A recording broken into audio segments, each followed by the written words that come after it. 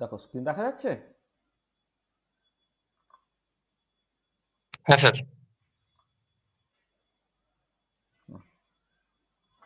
আচ্ছা, আগের দিন আমরা অ্যাঙ্গুলার মোমেন্টাম নিয়ে কথাবার্তা বলেছিলাম, তাই তো?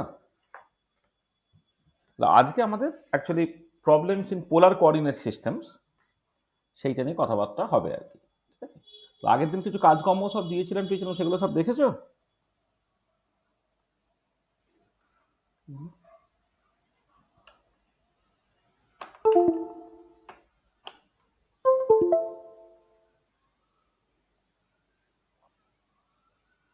কি হচ্ছে বলো তো? এক মিনিট।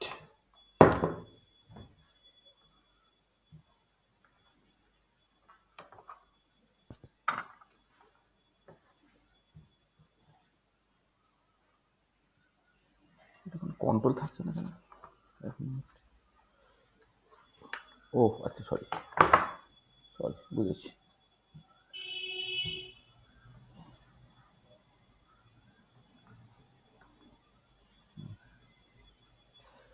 তাহলে শুরু করি আমরা। হ্যাঁ,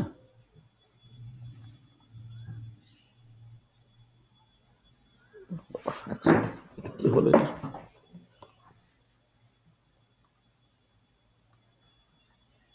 হ্যাঁ, আগের দিনের পড়ায় যদি কারো কিছু অসুবিধা থাকে বলো। আগের দিন পড়া সব পড়েছো? সেখানে বেশ কিছু কাজকর্ম সব করতে পড়তে দিয়েছিলাম, সেগুলো করেছো?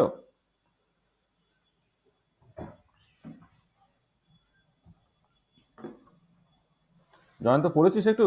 কিছু করিসনি? হ্যাঁ স্যার, হ্যাঁ। না স্যার, করেছি করেছি। করেছিস? হ্যাঁ sir. Hmm.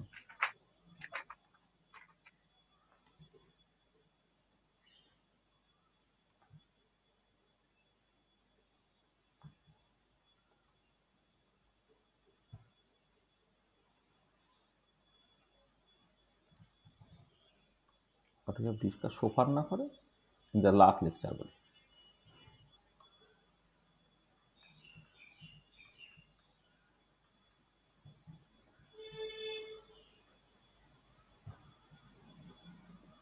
What we have discussed in the last lecture. দেখো, আগের দিনে মূলত আমরা যেটা করেছিলাম,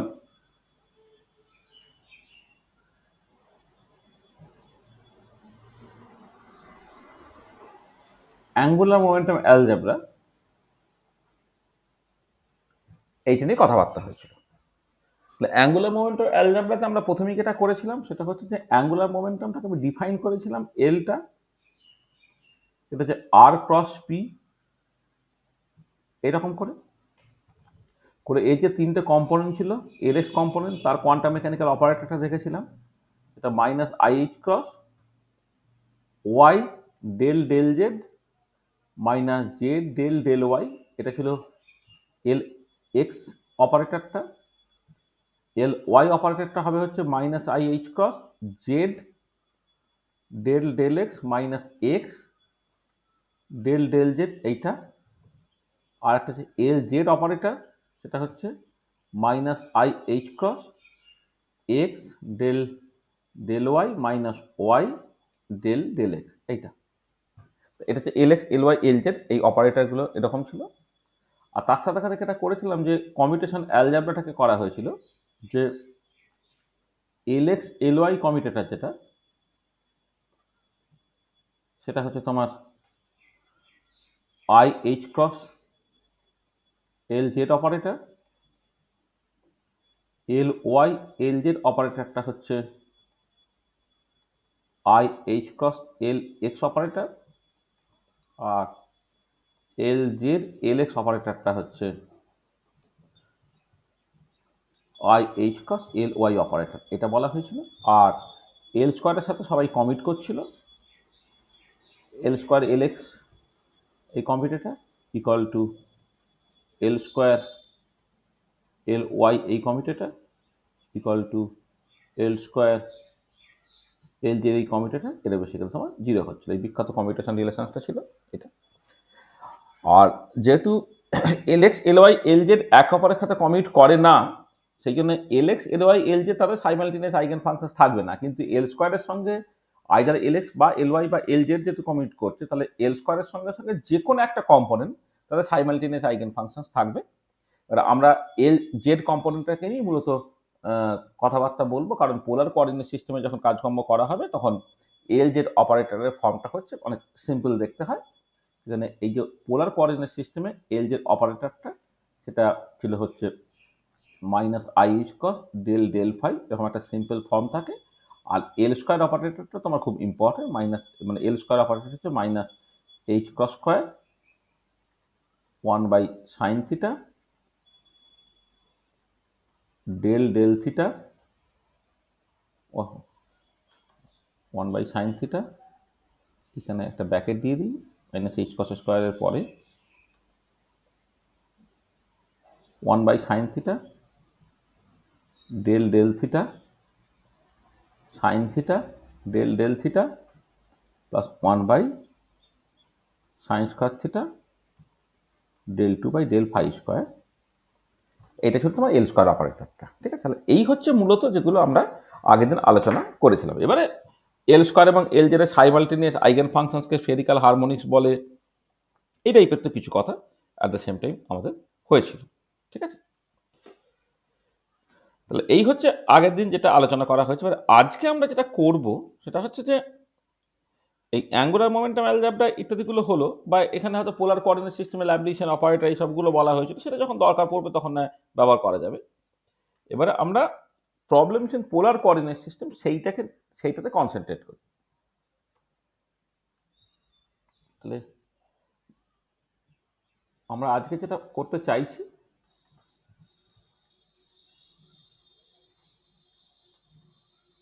what we want to discuss today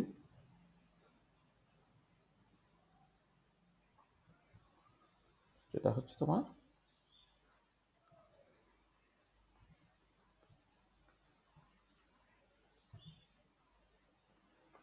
problems in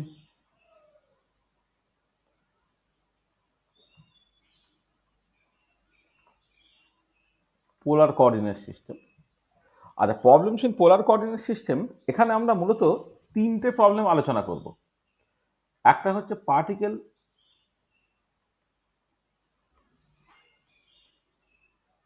rotating in a ring, এটা। 2 নম্বর হচ্ছে আমার রিজিড রোটার প্রবলেম, আর 3 নম্বর হচ্ছে hydrogen atom or hydrogen like 1 electron ions, এইটা। তাহলে এই তিনটে প্রবলেম আমাকে পরপর করে করতে হবে। আচ্ছা, এই যে পড়াটা দুটো অ্যাপ্রোচে হতে পারে। একটা হচ্ছে সিম্পল থেকে কঠিনের জায়গায় যাওয়া, প্রথমে পার্টিকেল রোটেটিং এর রিং নিয়ে কথাবার্তা বললাম, তারপর রিজিড রোটারে গেলাম, তারপর হাইড্রোজেন অ্যাটম প্রবলেমে এলাম। মানে প্রথমটা সিম্পল, তারপর একটা আরেকটু কমপ্লিকেটেড, আর ফাইনালি হাইড্রোজেন অ্যাটম অনেকটা কমপ্লিকেটেড। আচ্ছা, আর এক রকম ভাবে করা যেতে পারে। এক হচ্ছে হাইড্রোজেন অ্যাটম দিয়েই ব্যাপারটাকে স্টার্ট করলাম। হাইড্রোজেন অ্যাটম পার্ট যখন সলভ করবো তখন তুমি দেখবে যে এক্ষেত্রে শ্রোডিঞ্জার ইকুয়েশনটাকে তিনটে পার্টে তুমি ভাঙতে পারবে। প্রথমে একটা রেডিয়াল পার্ট আর একটা অ্যাঙ্গুলার পার্ট। ওই অ্যাঙ্গুলার পার্টটাকেই একটু এদিক ওদিক করে নিলে ওটা রিজিড রোটারের জন্য শ্রোডিঞ্জার ইকুয়েশন হয়ে যাবে। আবার ওই অ্যাঙ্গুলার পার্টটার মধ্যে একটা থিটা পার্ট থাকে, একটা ফাই পার্ট থাকে। ওই ফাই পার্টটাই হচ্ছে তোমার পার্টিকেল রোটেটিং এর রিং যে প্রবলেমটা আর কি, তার শ্রোডিঞ্জার ইকুয়েশন হয়ে যাবে। সেইখানে হাইড্রোজেন অ্যাটম প্রবলেমটাকে করলেও কিন্তু তার ভিতরে রিজিড রোটার এবং পার্টিকেল রোটেটিং এর রিং প্রবলেমটা অটোমেটিক্যালি থেকে যায়, এটা। তা সেটা একটা পড়া যেতে পারতো, কিন্তু আমরা অ্যাকচুয়ালি উল্টো দিক দিয়েই দেখবো। পার্টিকেল রোটেটিং এর রিং দিয়েই অ্যাকচুয়ালি স্টার্ট করবো, সেখান থেকে রিজিড রোটারে যাবো, সেখান থেকে হাইড্রোজেন অ্যাটমে যাবো। তাহলে সহজ থেকে কঠিন জায়গায় গেলে তোমাদের পক্ষে ব্যাপারটা বুঝতে অনেক সুবিধা হবে আর কি। আমরা সেই রকম করে যাই, তাতে হয়তো দেখা যাবে যে রিজিড রোটার প্রবলেম যখন সলভ করছি তখন তোমার ওই পার্টিকেল রোটেটিং এর রিং প্রবলেমটা কিন্তু অলরেডি সলভ করা হয়েছে। সেখানে ফাই পার্টটা এই রিজিড রোটার ফাই পার্টের সমান বলে রিজিড রোটার ফাই পার্টটা আমি আলাদা করে হয়তো সলভ করলাম না।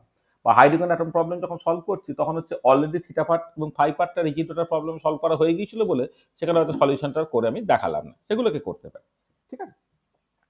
চল আমরা শুরু করি পার্টিকেল রোটেটিং এর রিং, এই জায়গা দিয়ে স্টার্ট করা যাক। তাহলে আমাদের আজকে প্রবলেমটা শুরু হচ্ছে তোমার ফ্রি পার্টিকেল রোটেটিং এর রিং দিয়ে।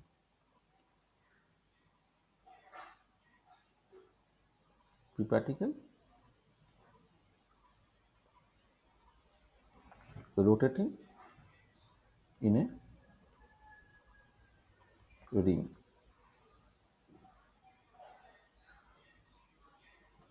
ফ্রি পার্টিকেল রোটেটিং রিং, ঠিক আছে।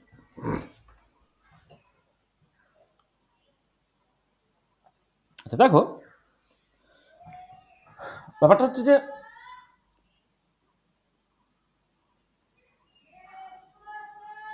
রিং মানে সাইকেলের রিং, মানে সার্কুলার আর কি। হ্যাঁ, তো একটা পার্টিকেল এই ধরো এটা হচ্ছে অরিজিন হয়তো। হ্যাঁ, এখানে কেউ অ্যাট্রাক্টারটাকে কীভাবে করছে সেরকম, মানে হাইড্রোজেন অ্যাটমে যেমন ভেতরে নিউক্লিয়াস আছে, নিউক্লিয়াস ইলেকট্রনকে অ্যাট্রাক্ট করছে, এখানে সেই গল্প টল্প বলছি না। এটাকে একটা কথা হচ্ছে যে একটা এই ধরো রিং আছে, যে রিংয়ের রেডিয়াসটা ধরে না তোমার ফিক্সড রেডিয়াস, আরটা হচ্ছে ফিক্সড। এবারে এইখানে একটা পার্টিকেল, ধরো এম মাসের একটা পার্টিকেল, সে বেসিক্যালি রোটেট করছে, ঠিক আছে। এটা আচ্ছা, এবারে এটাকে তুমি এক সেকেন্ড রেডিয়াসটাকে এখানে না করে আমি এক কাজ করি, রেডিয়াসটাকে এইরকমভাবে লিখতে পারি, মানে এটা ধরো এসছে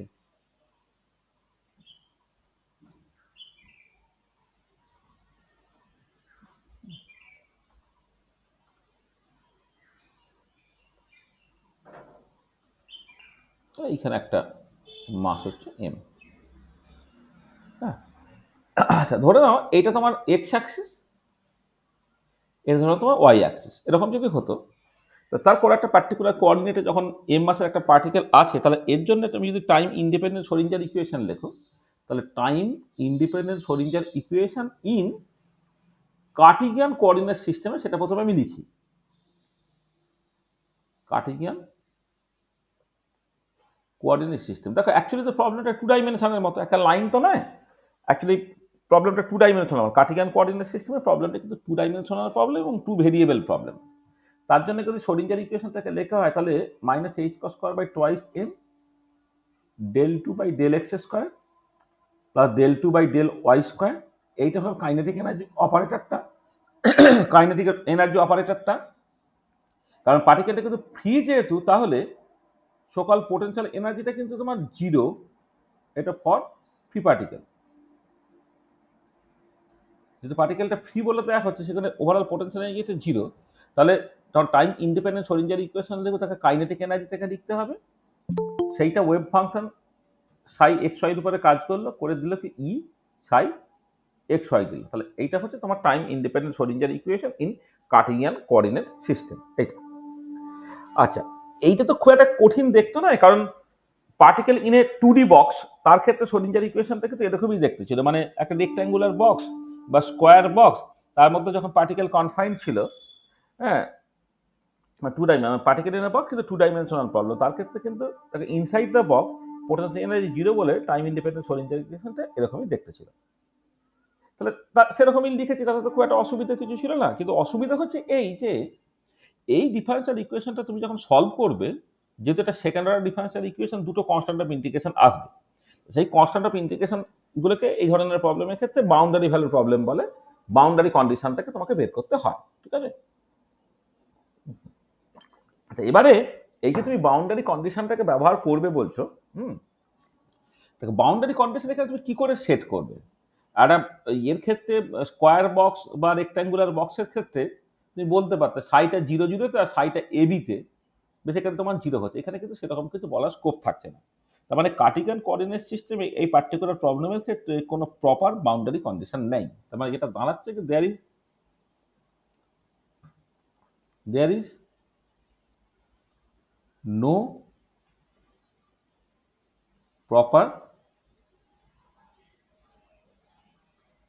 বাউন্ডারি কন্ডিশন, মানে এই পার্টিকুলার প্রবলেমের condition in Cartesian coordinate system. এই কার্টেসিয়ান কোঅর্ডিনেট সিস্টেমে there is no proper boundary condition, ঠিক আছে। আচ্ছা, এবারে যদি প্রপার বাউন্ডারি কন্ডিশন না থাকে, তাহলে তো এই প্রবলেমটাকে আলটিমেটলি তুমি সেপারেশন অফ ভেরিয়েবল প্রবলেমে করে দুটো 1 ডাইমেনশনাল প্রবলেমে ভেঙে সলিউশনটাকে লিখলে, কিন্তু এখানে যে কনস্ট্যান্ট অফ ইন্টিগ্রেশনগুলো আসবে, সেই কনস্ট্যান্ট অফ ইন্টিগ্রেশনের ভ্যালুগুলোকে তুমি কিন্তু কোনো রকমভাবে ম্যানেজ করতে পারবে না। তাহলে উপায়টা কি? তাহলে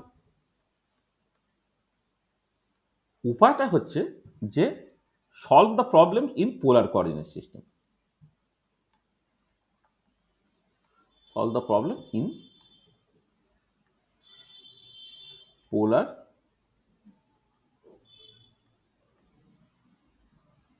কোঅর্ডিনেট সিস্টেম। এটা কিন্তু পোলার কোঅর্ডিনেট সিস্টেমে এই প্রবলেমটাকে সলভ করা যেতে পারে। আচ্ছা, এবার আমরা কার্টেসিয়ান থেকে পোলার এই ট্রান্সফরমেশনের ব্যাপারগুলো কেমন করে কি করতে হয় আমি শিখিয়েছি। তাহলে এখানে আর কিভাবে ট্রান্সফরমেশনগুলোকে করা হচ্ছে কিছু আমরা বলবো না, আমরা একবারে উত্তরটাকে লিখে দেব যে এই পার্টিকুলার কেসে আরটা যদি ফিক্সড হয়, মানে for this problem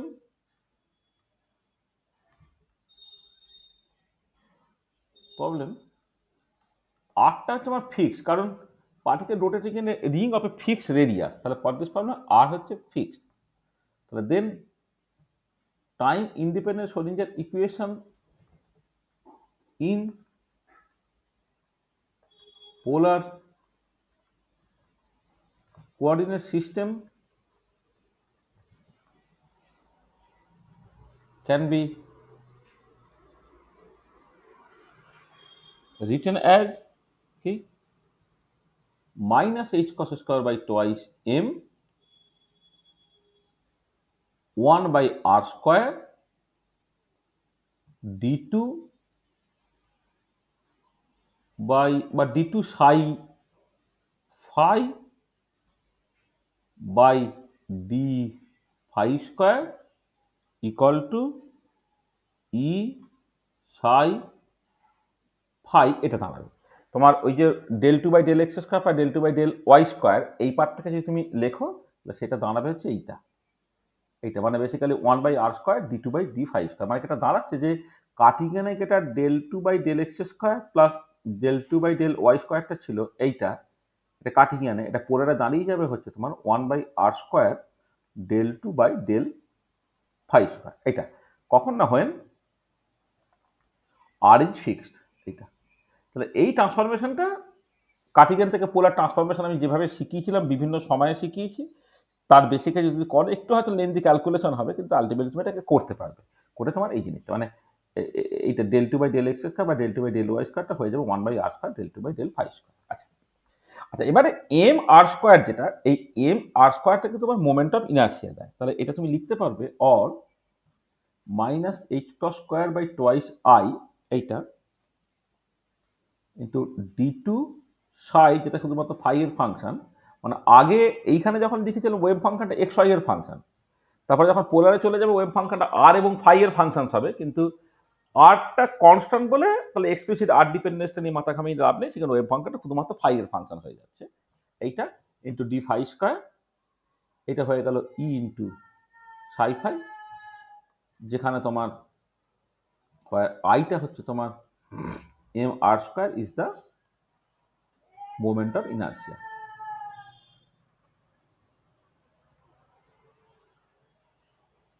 moment of inertia. তাহলে এখান থেকে তাহলে আর কি হচ্ছে, তাহলে এটা d two psi phi by D phi square plus twice m twice I ই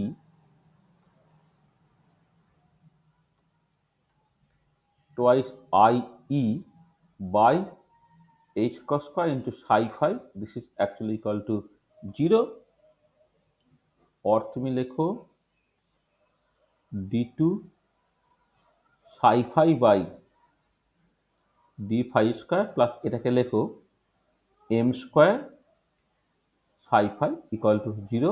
এই হচ্ছে একটা ইকুয়েশন তুমি পেলে, সিম্পল একটা ইকুয়েশন, যেখানে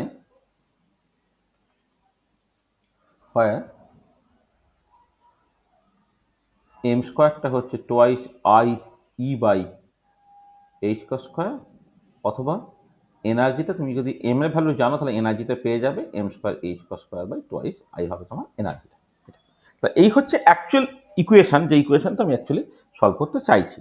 মানে এইটা এই যে ইকুয়েশনটা, এটা কিন্তু কার্টেসিয়ান কোঅর্ডিনেট সিস্টেম ইকুয়েশন, সেটা তুমি ম্যানেজ করতে পারবে না। তাহলে এই যে ইকুয়েশনটা এলো, এটা হচ্ছে তোমার পোলার কোঅর্ডিনেট সিস্টেম ইকুয়েশন। এই ইকুয়েশনটাকে তুমি কিন্তু এখন সলভ করতে পারো, ঠিক আছে। এটা আচ্ছা, এবারে এইরকম ভাবে লিখলাম, লিখে আমি দাবি করছি যে পোলার কোঅর্ডিনেট সিস্টেমের প্রপার বাউন্ডারি কন্ডিশন নেই, সরি কার্টেসিয়ান কোঅর্ডিনেট সিস্টেমের প্রপার বাউন্ডারি কন্ডিশন নেই, কিন্তু পোলার কোঅর্ডিনেট সিস্টেমের প্রপার বাউন্ডারি কন্ডিশনটা আসবে, সেটা তুমি কোথা থেকে পাচ্ছ? এক্ষেত্রে বাউন্ডারি কন্ডিশনটা তোমার দাঁড়াচ্ছে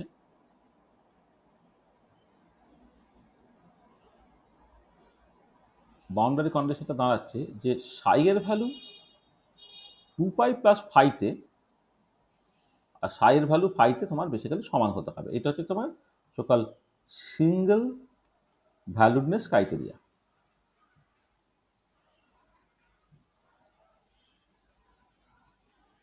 মানে বেসিক্যালি যখন পার্টিকেলটা তোমার আরটা ফিক্সড হয়ে গেল, তাহলে এখানে যদি আমি দেখি, যখন তুমি ধরো পোলারে করছো আর ধরো ফিক্স করে দিয়েছো, ঠিক আছে, তাহলে এই যদি অ্যাঙ্গেলটা পজিটিভ এক্স অ্যাক্সিসের অ্যাঙ্গেল তুমি ফাই ভাবো, তাহলে দেখো একটা পার্টিকেল শুরুতে হয়তো এখানে ছিল, এখান থেকে গিয়ে সে এখানে পৌঁছালো, এই পর্যন্ত ফাই হলো।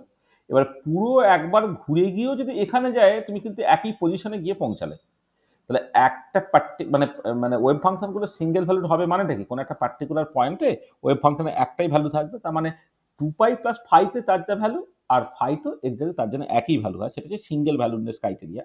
সিঙ্গেল ভ্যালুডনেস ক্রাইটেরিয়াটা সেটাই তোমার অ্যাকচুয়ালি বাউন্ডারি কন্ডিশন রোলটা প্লে করবে, ঠিক আছে। সাই 2π plus phi equal two psi phi, এটা হচ্ছে তোমার সকল বাউন্ডারি কন্ডিশনটা। এটা আমি 3 নম্বর ইকুয়েশন দিয়ে লিখলাম এটা, ঠিক আছে। আচ্ছা, এবারে আমরা যেটা করব সেটা হচ্ছে যে এই যে particular type of equation d2 psi phi by d phi square plus M square psi phi equal to 0, তাহলে এই টাইপের ইকুয়েশন কেমন করে সলভ করতে হয় সেটা দেখবো। মানে এরকম সলিউশন আমরা আগেও দেখেছি, মানে এই ধরনের ইকুয়েশনের সলিউশন আমরা আগেও করেছি, কিন্তু আবার আরেকবার করে নতুন করে করা যায়। এই ধরনের সলিউশন করার জন্য নর্মালি লোকে যেটা করে এই যে লেট দ্য ট্রায়াল সলিউশন দিয়ে স্টার্ট করে। Let the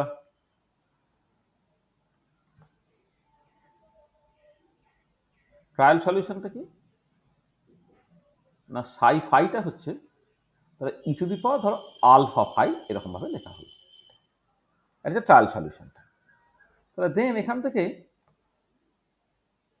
D Sai phi by D ফাইটা করলে কি হবে, alpha e to the power alpha phi হবে, and d2 psi phi by D phi square করলে কত হবে, alpha square e to the power alpha phi হলো এটা। তাহলে এবারে দেখো যে এই যে ইকুয়েশনটা আছে 2 নম্বর ইকুয়েশনে d2 psi phi by D phi স্কোয়ারের জায়গায় ভ্যালুটাকে বসিয়ে দিচ্ছি।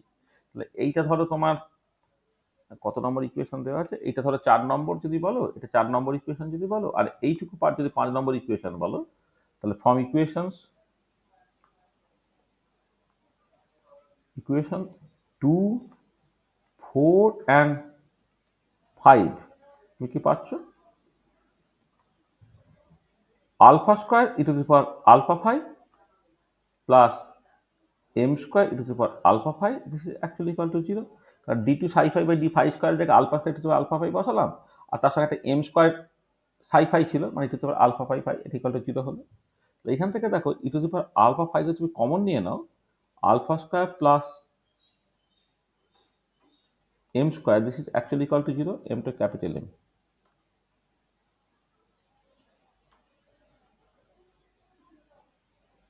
Equal to 0। তাহলে এখান থেকে দেখো either E to the power alpha phi equal to 0 or alpha square plus m square equal to 0। তাই E to the power alpha phi যদি 0 হয়ে যায় এইটা, তার মানে this gives a trivial solution. মানে আসলে এটা ট্রিভিয়াল সলিউশন মানে কি, আমি তো সলিউশনটাকে ধরেছিলাম psi phi equal to E to the power alpha phi, আর E to the power alpha ফাইকে তুমি যদি 0 ধরে নাও, তার মানে এটা মানেটা কি, এটা মানে হচ্ছে তোমার সাই ফাইটা অলওয়েজ 0 হয়ে গেল। তাহলে এর তো কোনো ফিজিক্যাল সিগনিফিকেন্ট নেই, ওয়েভ ফাংশন যদি 0 হয়ে যায়, প্রবাবিলিটি ডেনসিটি 0 হয়ে যাচ্ছে, তার মানে পার্টিকেলটা ওখানে নেই, তারপরে এটার কোনো ফিজিক্যাল সিগনিফিকেন্স নেই। তাহলে যার কোনো ফিজিক্যাল সিগনিফিকেন্স নেই সেই ধরনের সলিউশনকে বলা হয় তোমার ট্রিভিয়াল সলিউশন। তাহলে দিস গিভস এ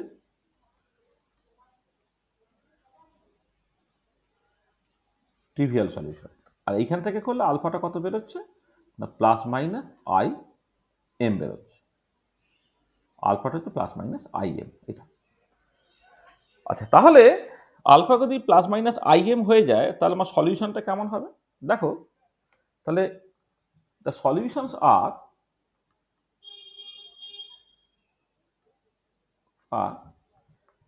একটা করতে পারো তোমার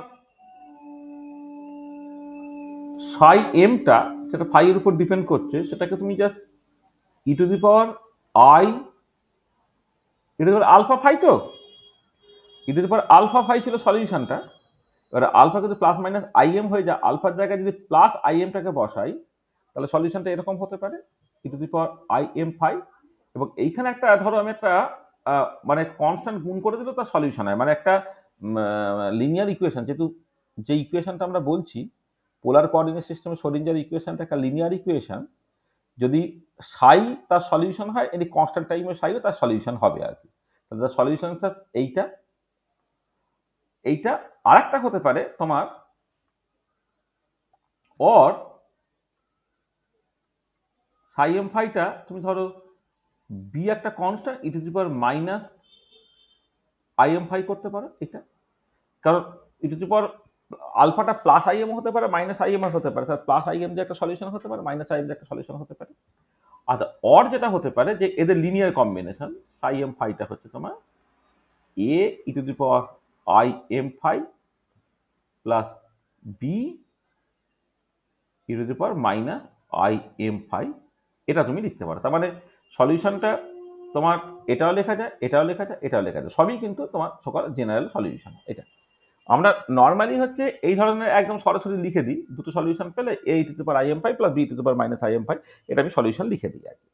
কিন্তু আমি যদি যে কোনো একটা নিয়েও লিখতাম, তাহলেও যেখানে আলটিমেটলি একই জিনিস হতো, সেটা কিন্তু আমরা বুঝতে পারবো। ধরো অ্যাজ ফর এক্সাম্পল, যে তুমি এখানে একটা জিনিস দেখো, যখন আমি এই যে m² = 2ie/h² বলেছি, এইটুকু বলতে পারি দিস ইজ অ্যাকচুয়ালি > 0, এইটুকু বলতে পারা যায় m²টা > 0, কারণ এখানে কোনো পোটেনশিয়াল এনার্জি নাই, পুরো এনার্জিটা কাইনেটিক এনার্জি কখনো নেগেটিভ হতে পারে না। তবে কাইনেটিক এনার্জি যদি নেগেটিভ না হতে পারে, তার মানে পরিষ্কার হচ্ছে m²টা > 0।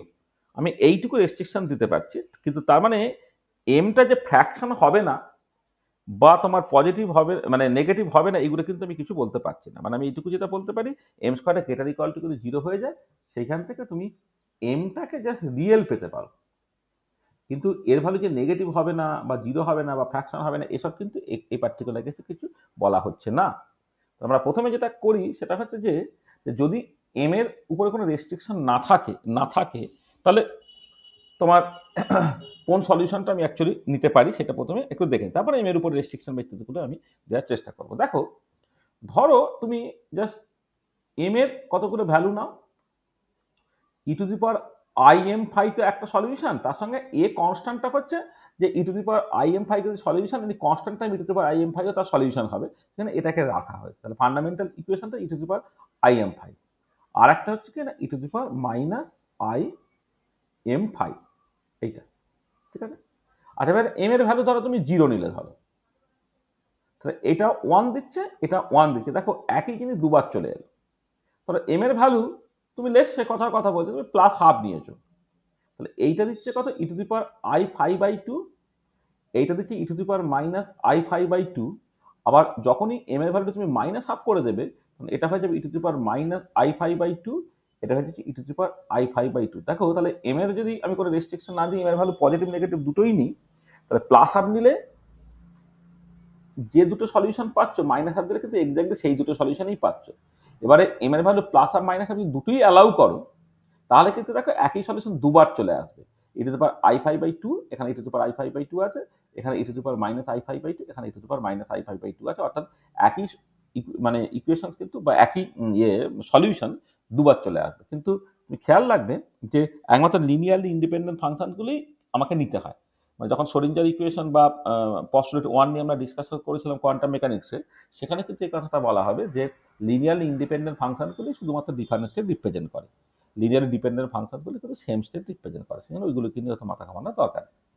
মানে সবসময় লিনিয়ারলি ইন্ডিপেন্ডেন্ট ফাংশনগুলোকে নিতে হবে। কিন্তু দেখো, আমি যদি এখানে এম এর ভ্যালু পজিটিভ নেগেটিভ দুটোই নিই, তাহলে একই সলিউশন কিন্তু দুবার করে চলে আসে। ঠিক একই রকমভাবে ধরো আমি এম এর ভ্যালু 1 বললাম, তাহলে এই সলিউশনটা দিচ্ছে e⁻i⁵, এটা দিচ্ছে e⁻i⁵, আর এম এর ভ্যালু যদি -1 করি, এটা দিচ্ছে e⁻i⁵, এটা হচ্ছে e⁻i⁵। দেখো, আবার সেই একই সলিউশন একাধিকবার আসছে, অ্যান্ড সো অন। আচ্ছা, কিন্তু এটা ইম্পর্টেন্ট পয়েন্ট যে লেখো, বাট অনলি linearly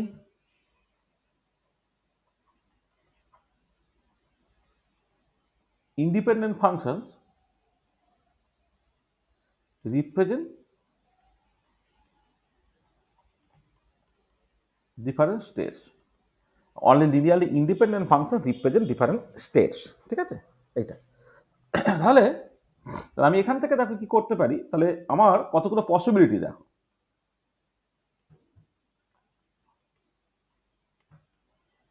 আমি যদি শুধুমাত্র লিনিয়ারলি ইন্ডিপেন্ডেন্ট ফাংশনগুলিকে রাখতে চাই, তাহলে কতগুলো পসিবিলিটি দেখো। তুমি সাই এম ফাইটাকে তুমি শুধুমাত্র A E to the power I am phi বললে উইথ অল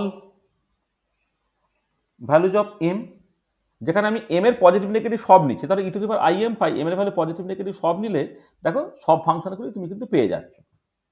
অথবা যেটা করতে পারতো তুমি সাই এম ফাইটা শুধুমাত্র B E to the power minus I am phi নাও with all values of m, মানে শুধুমাত্র দেখো এই সলিউশনগুলো যদি শুধুমাত্র নিতে, তাহলে তুমি সব ফাংশন পেয়ে গেতে পারছো।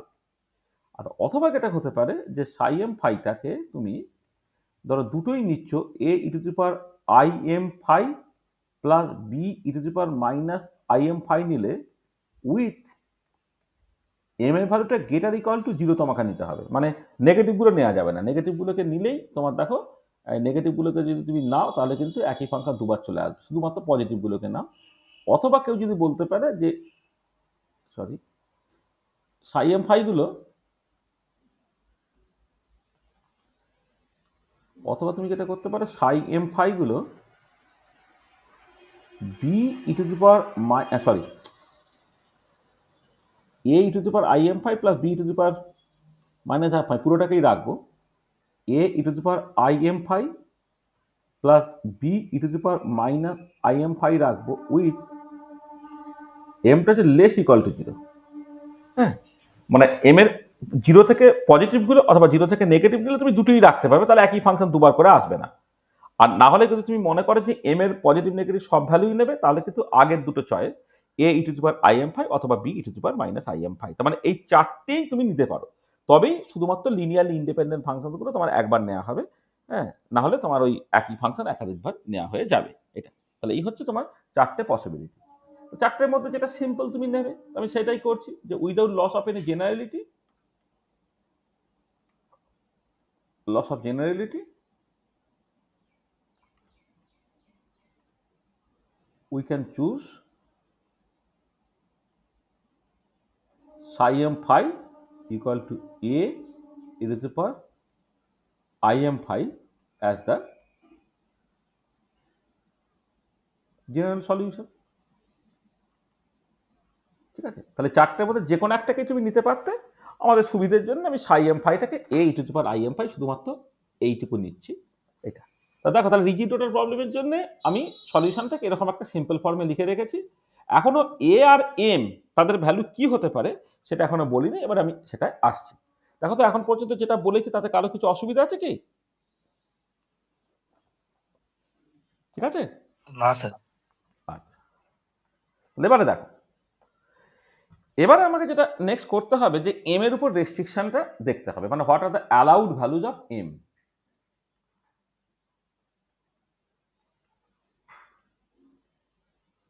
allowed values of m.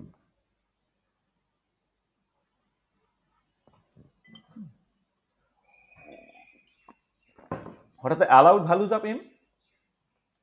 আর allowed values of m যখন তুমি দেখছো, তার জন্য তোমাকে এই সকল বাউন্ডারি কন্ডিশন বা সিঙ্গেল ভ্যালুডনেস ক্রাইটেরিয়াটাকে তোমাকে অ্যাপ্লাই করতে হবে। তো from the single valuedness criteria তুমি কি পাচ্ছ?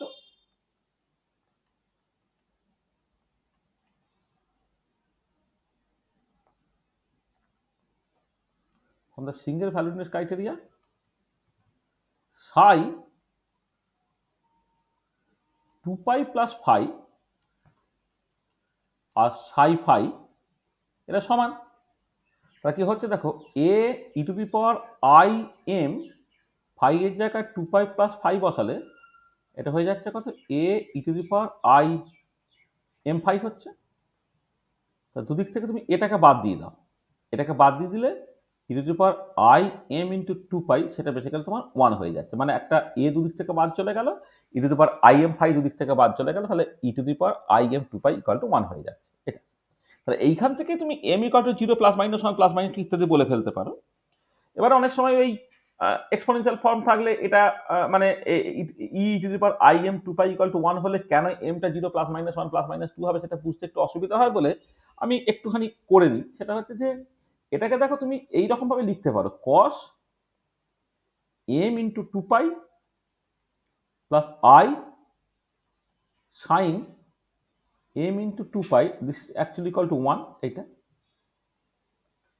সেখান থেকে তুমি পাচ্ছ কি না, cos m 2 পাই সেটাকে তোমাকে 1 করতে হবে, অ্যান্ড সাইন m 2 পাই এটা বেসিক্যালি তোমার 0 করতে হবে। মানে অ্যাকচুয়ালি কমপ্লেক্স নাম্বার, তো কমপ্লেক্স নাম্বারে রিয়েলের সঙ্গে রিয়েল সমান করতে হয় আর ইমাজিনারির সঙ্গে ইমাজিনারি সমান করতে হয়। তাহলে দেখো যদি cos m 2 pi equal to 1 হয়, তাহলে এইখান থেকে mটা কি হতে পারে, দেখো এইটা হতে পারে m এর ভ্যালুটা তোমার 0 হলে cos 0 সেটা হচ্ছে 1, আর m এর ভ্যালু যদি তুমি হাফ করো cos পাই কিন্তু -1 হয়ে যাবে, সেটা নেওয়া যাবে না। তাহলে m এর ভ্যালু 0 নিতে পারো, +-1 নিতে পারো, +-2 নিতে পারো, dot dot dot dot.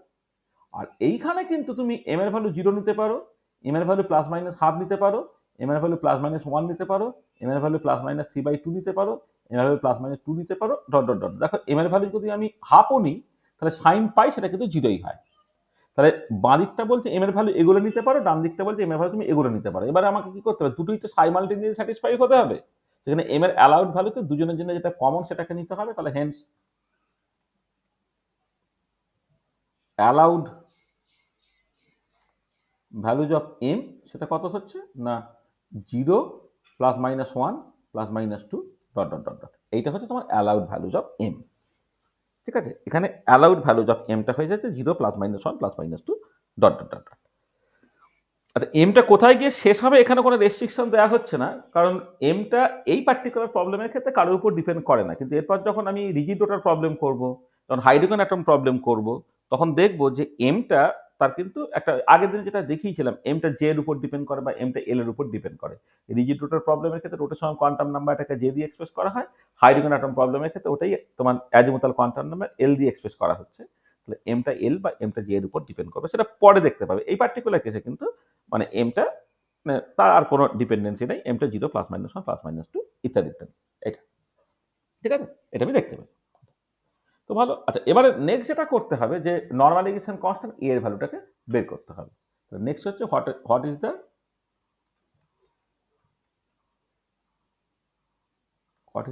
Value of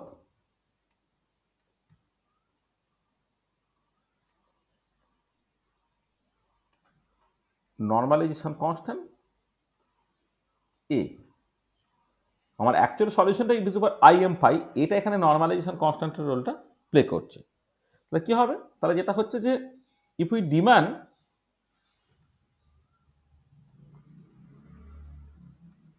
that psi m⁵, তা a e⁻im⁵ উইথ, এখন m এর ভ্যালু তোমার চলে এসছে 0 +-1 +-2 ডট ডট ডট, এটা B normalised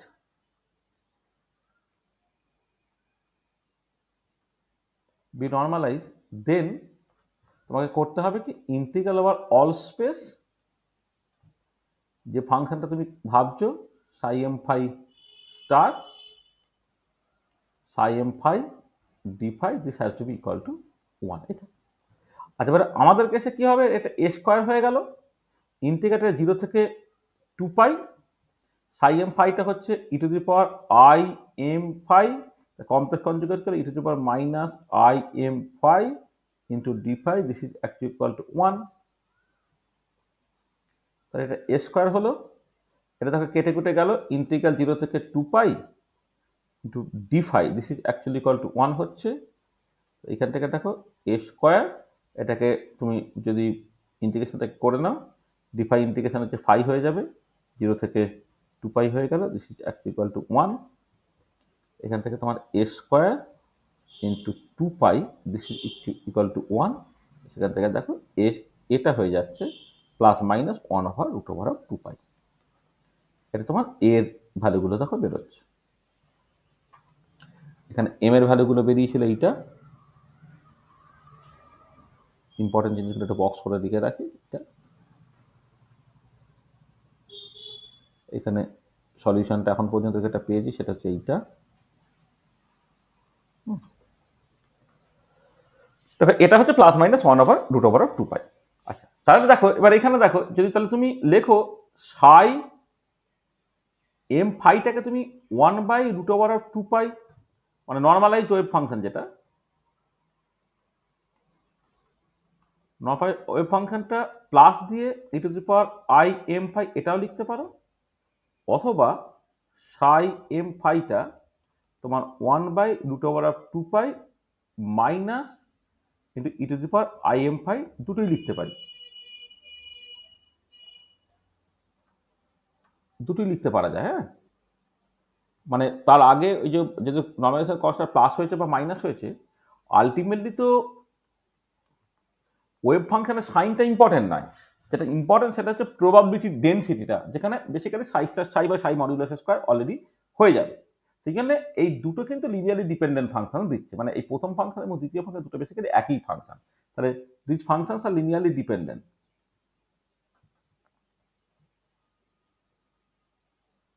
Functions are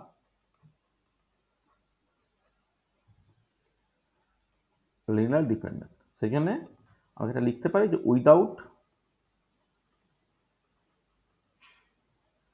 loss of generality we can always choose the normalized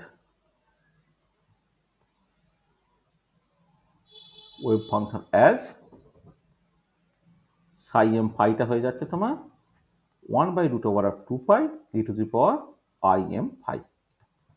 এইটা হচ্ছে তোমার অ্যাকচুয়ালি নর্মালাইজড ওয়েভ ফাংশনটা, যেখানে এম এর ভ্যালুটা হচ্ছে উইথ এমটা হচ্ছে তোমার 0 প্লাস মাইনাস 1 প্লাস মাইনাস 2, এই হচ্ছে আমার নর্মালাইজড ওয়েভ ফাংশনটা হলো। ঠিক আছে, তা বুঝতে পারলে সলিউশনটা, বুঝতে পেরেছো যে নর্মালাইজড ওয়েভ ফাংশনটা এটা। হ্যাঁ স্যার। তাহলে এবারে এনার্জিটা তাহলে কি হবে?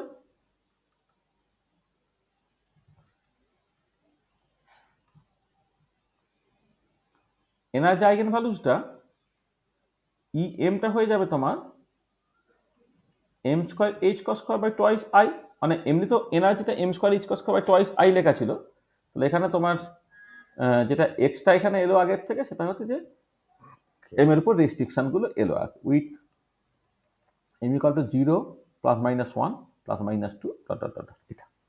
ঠিক আছে, এটা ঠিক আছে। তাহলে দেখো আমি ওয়েভ ফাংশন পেয়ে গেলাম এবং এনার্জিটা পেয়ে গেলাম। এবার আমাকে এই ওয়েভ ফাংশন নিয়ে আসলে খুব বেশি কথাবার্তা বলার জায়গা নেই, আমি আসবো ওয়েভ ফাংশন নিয়ে খুব অল্পই কথাবার্তা বলবো, কারণ ওয়েভ ফাংশনের গ্রাফিক্যাল রিপ্রেজেন্টেশন বা ইত্যাদি কিছু করতে যেও না, কারণ ওয়েভ ফাংশনটা দেখতে পাচ্ছি ইন জেনারেল যেহেতু কমপ্লেক্স, তো গ্রাফিক্যাল রিপ্রেজেন্টেশন ইত্যাদি করে তুমি করতে পারবে না। এটা বেটার হচ্ছে যে ওয়েভ ফাংশনগুলো থেকে ম্যাথামেটিক্যালি যেসব কাজকর্মগুলো করা যায় আর কি, সেগুলো একটুখানি দেখানো। তাহলে আমি ওয়েভ ফাংশন নিয়ে কিছুটা ডিসকাশন করি, তারপরে এনার্জি নিয়ে ডিসকাশন করবো। এনার্জি নিয়ে ডিসকাশনটাই অ্যাকচুয়ালি আমাদের বেশি। ঠিক আছে, the discussions on wave function। Sir একটু আগের স্লাইডটা দেখান।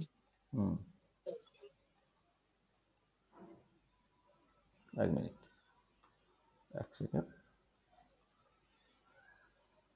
discussions on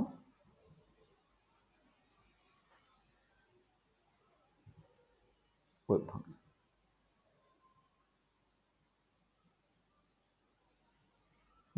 বলো।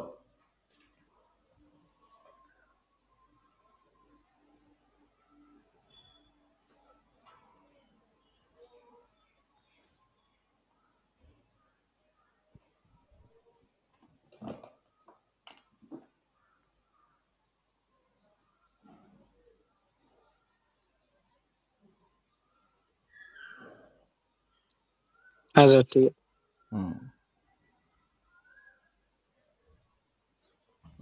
হচ্ছে, চলো তাহলে আমরা প্রথমে ওয়েভ ফাংশন নিয়ে খুব সামান্য ডিসকাশন করে দিই। দেখো ওয়েভ ফাংশন নিয়ে এখানে বললাম তো যে যেহেতু কমপ্লেক্স ফাংশন, তার গ্রাফিক্যাল রিপ্রেজেন্টেশন নিয়ে তোমাকে মাথা ঘামাতে হবে না।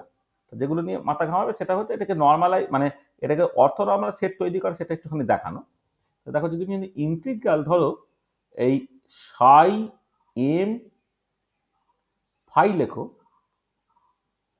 আর ইন্টিগ্রাল সাই ধরো আরেকটা ফাংশন সাই এম প্রাইম ফাই লেখো, এইটা ইন্টিগ্রাল অল্প মানে 0 থেকে 2 পাই ডি ফাই। এটা যদি করো তাহলে কি দাঁড়াচ্ছে দেখো, ইন্টিগ্রাল 0 থেকে 2 পাই ই টু দি পাওয়ার, আচ্ছা এখানে 1/2 পাই হয়ে যাবে, E to the power I am phi E to the power minus I M prime phi into D phi. এটা হলো, এটা দাঁড়াচ্ছে কত, 1/2 পাই ইন্টিগ্রাল 0 থেকে 2 pi E to the power I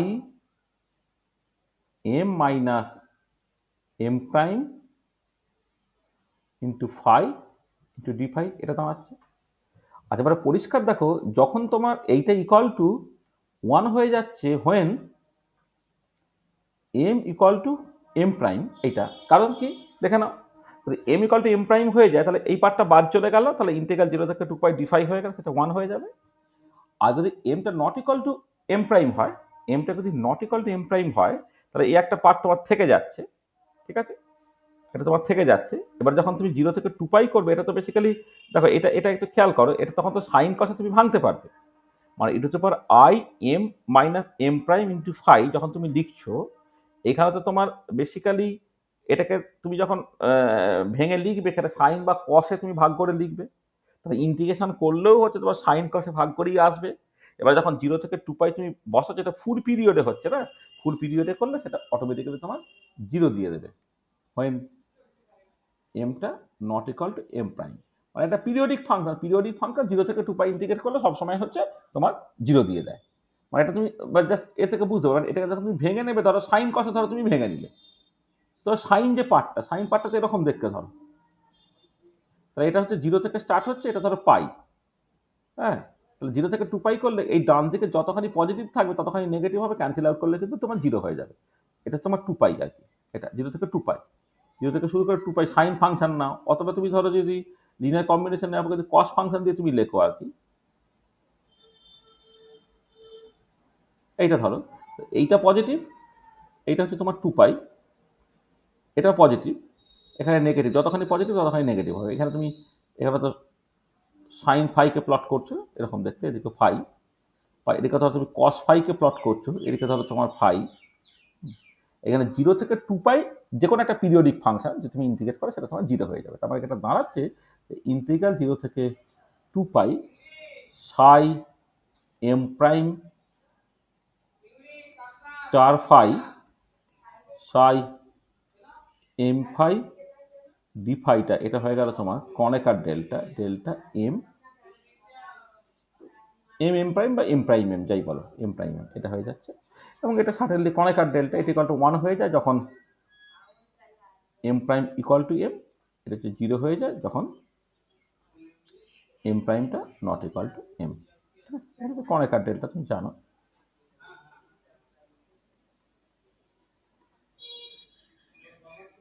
এটা তাহলে যে এই থ্রিপার্টিকের প্রবলেমের ক্ষেত্রে ওয়েভ ফাংশনটা যে কিছু অর্থ নর্মাল সেট তৈরি করে সেটা তুমি দেখে ফেললে আর কি। হ্যাঁ, এটা মানে বেসিক্যালি হচ্ছে ওয়েভ ফাংশন তার একটা অর্থ নর্মাল সেট তৈরি করে। এটা একটু লিখে নেওয়া উচিত ছিল, এখানে লিখে দিচ্ছি wave function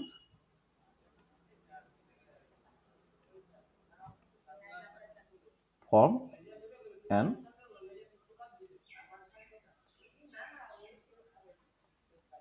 orthonormal set। Wave function form and orthonormal set. আচ্ছা তো ভালো। আচ্ছা আর যেটা দরকার ওয়েভ ফাংশন নিয়ে ডিসকাশনে, সেটা হচ্ছে কি তোমার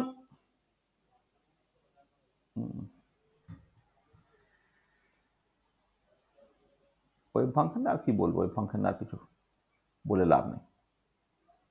মানে এবার ডিজেনারেসি যেগুলো আসবে এনার্জি ওয়েভ ফাংশন মিশিয়েই আসবে, তো আসছে সেটা। ওয়েভ ফাংশন অর্থোনর্মাল সেট তৈরি করলে এইটুকু বললেই তোমার দাঁড়াচ্ছে। ও আরেকটা, হ্যাঁ আরেকটা অবশ্যই ইম্পর্টেন্ট ব্যাপার, সেটা হচ্ছে যে সেটা অবশ্যই ইম্পর্টেন্ট, সেটা হচ্ছে যে ধরো এল জেড অপারেটর, যেটা এল জেড অপারেটরটা কি, না minus I h cross del del phi, তো এল জেড অপারেটরটা, তাহলে এল জেড অপারেটরটা যদি সাই এম ফাইয়ের উপরে কাজ করে তাহলে কি দিচ্ছে দেখো, minus I h cross del del phi into 1/√2 pi E to the power I am phi. এটা কি হলো, মাইনাস আই এইচ ক্রস, এখানে একটা আই এম চলে এলো, তারপরে 1/√2 pi E to the power I am phi হলো। যখন ডেরিভেটিভ করবে 1/√2 পাইটা যেমন আছে রয়ে গেল, ই to the power I m ফাইকে ডেরিভেটিভ করলে প্রথমটা e to the power I am phi হলো, আর উপরটা ডেরিভেটিভ একটা আই এম চলে গেলো। এবারে দেখো এখানে আই আই গুণ করলে -1, মানে আই স্কোয়ার হচ্ছে -1, তার মানে এটা হয়ে গেল কত, এম এইচ ক্রস ইন্টু সাই এম ফাই, এটা হলো। তোমার এখান থেকে কি কনক্লুশন তুমি পৌঁছাতে পারছো, যে এইখানে যে ওয়েভ ফাংশন করে সাই এম ফাইটা is an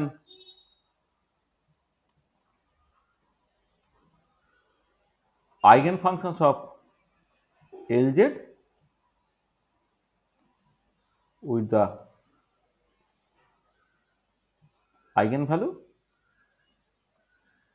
mh cos, with the eigenvalue mh cos। ঠিক আছে, তার মানে এখান থেকে বুঝতে পারছো Z component of angular momentum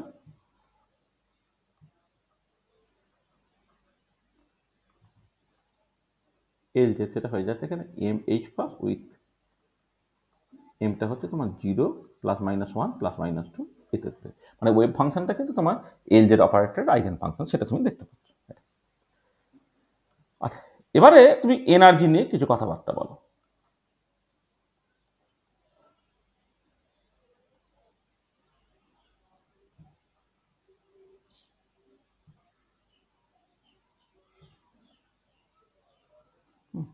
discussion on energy আইগেনভ্যালুস।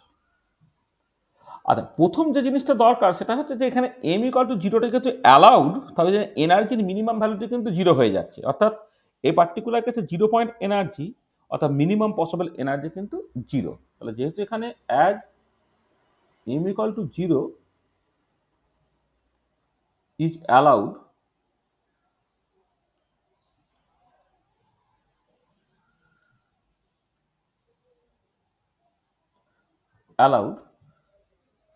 the minimum possible value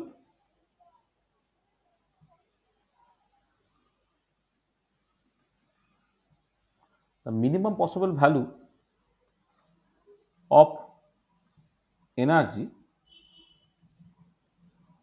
E0 equal to 0 হয়ে যায়। তার মানে for this system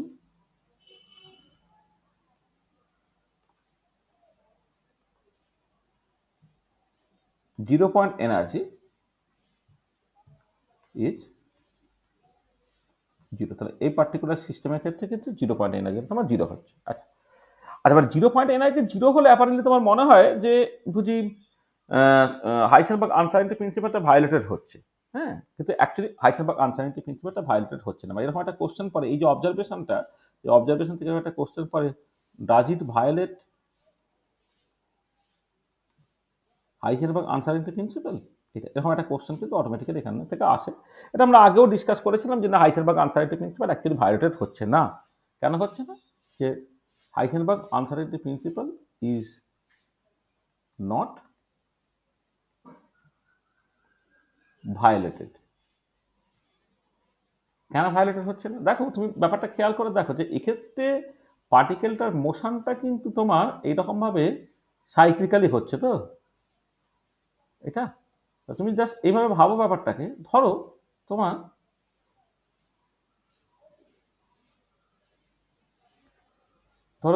এইটা হচ্ছে তোমার ফাই, আর এইটা হচ্ছে তোমার ধরে নাও ডেল্টা ফাই, যেটা হচ্ছে uncertainty in angular position, uncertainty in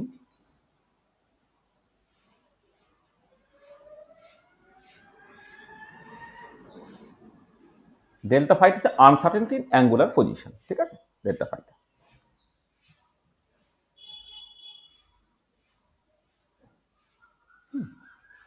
হচ্ছে আনসার্টেনিটি ইন অ্যাঙ্গুলার পজিশন, হয়েছে এটা।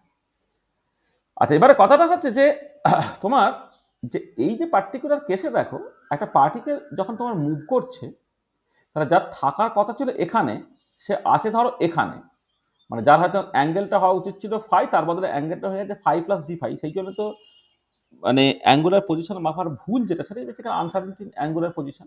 এই আনসার্টেনটি অ্যাঙ্গুলার পজিশন, এই যে পার্টটা, এই part, this may be infinity. এটা ইনফিনিটি হতে পারে। কারণটা কি? কারণটা দেখো খেয়াল করে যে এই যে মানে তুমি যদি ফাইয়ে থাকার কথা ছিল ফাই প্লাস ডেল্টা ফাই, মানে এই পজিশনে থাকার কথা ছিল, এই পজিশনে আছে। এবারে সেটা তো একবার পুরো ঘুরে গিয়েও এটা হতে পারতো, বা দুবার ঘুরে গিয়েও হতে পারতো। তার মানে সকাল যেটা ডেল্টা ফাই বলছি, ইট মে বি, বা ডেল্টা ফাই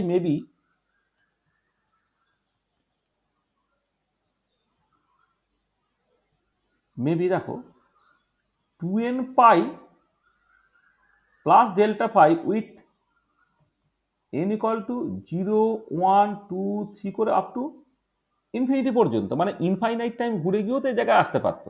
তা তুমি তো পজিশনটা এখানে দেখার কথা, তুমি এখানে দেখতে পেয়েছো। এবার সেটা জাস্ট এইটুকু ডিফারেন্স, নাকি একবার পুরো ঘুরে গিয়েছে ডিফারেন্সটা হচ্ছে, নাকি আরেকটু বেশি ঘুরে গিয়ে দুবার ঘুরে গিয়ে ডিফারেন্স, সেটা তুমি বুঝতে পারছো না। তার মানে সকাল যেটা ডেল্টা ফাই বলছে, ডেল্টা ফাইটা হতে পারতো কিন্তু 2n pi plus delta phi with n equal to 1, 2, 3 থেকে আপ টু ইনফিনিটি পর্যন্ত।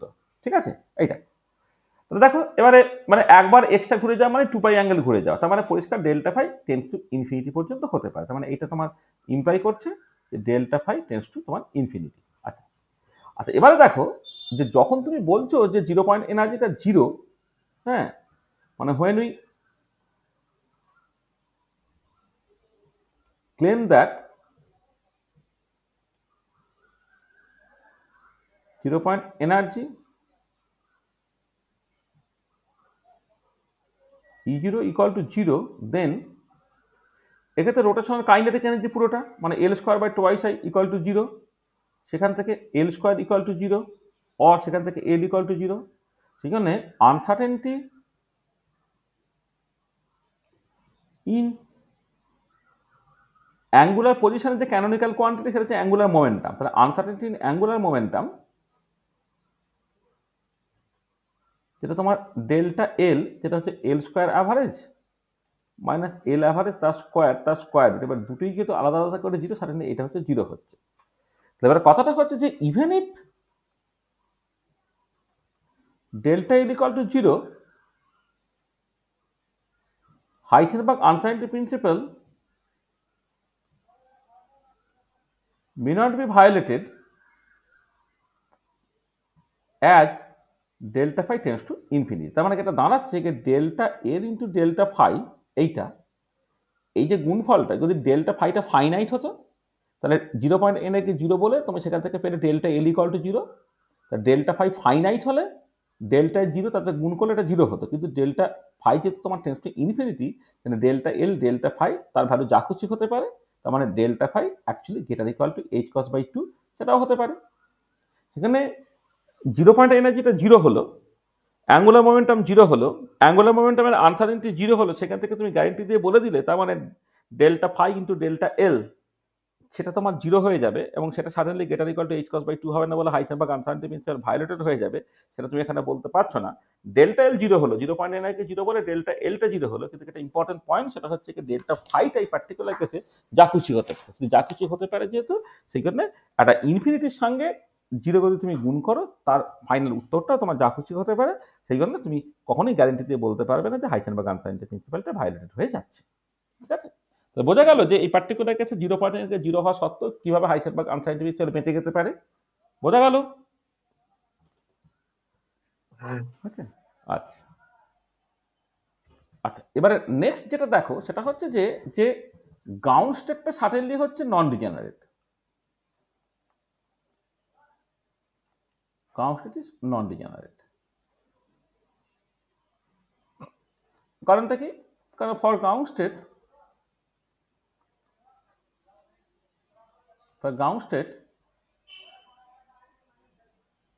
সাই 0 যেটা, সেটা জাস্ট তুমি ফাই এর জায়গায় এম এর এম এর জায়গায় 0 বসিয়ে দিচ্ছ, এম এর জায়গায় 0 বসিয়ে দিলে এটা 1/√r 2 পাইটা শুধুমাত্র রইল। মানে আমার যে সলিউশনটা 1/√2 এটা হচ্ছে IM ফাই, তো যেটা এম এর ভ্যালু যখন তুমি 0 বসাচ্ছ আর কি গ্রাউন্ড স্টেটের জন্য, তাহলে ওয়েভ ফাংশনটা এটা হলো, আর এনার্জিটা কত হলো E0টা, সেটা তোমার 0 হচ্ছে। তার মানে কি একটা পার্টিকুলার ওয়েভ ফাংশন, মানে একটা পার্টিকুলার এনার্জিতে একটাই ওয়েভ ফাংশন তোমার থাকছে, এটা। আচ্ছা, এবারে গ্রাউন্ড স্টেট বাদ দিয়ে বাকি সমস্ত এক্সাইটেড, অল এক্সাইটেড স্টেট আর টু-ফোল্ড ডিজেনারেট। সমস্ত এক্সাইটেড স্টেট কিন্তু টু-ফোল্ড ডিজেনারেট হয়ে যাচ্ছে। কারণটা কি দেখো, মানে বেসিক্যালি হচ্ছে সাইটা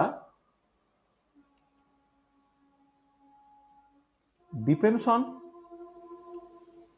এম অনলি, আর এনার্জিটা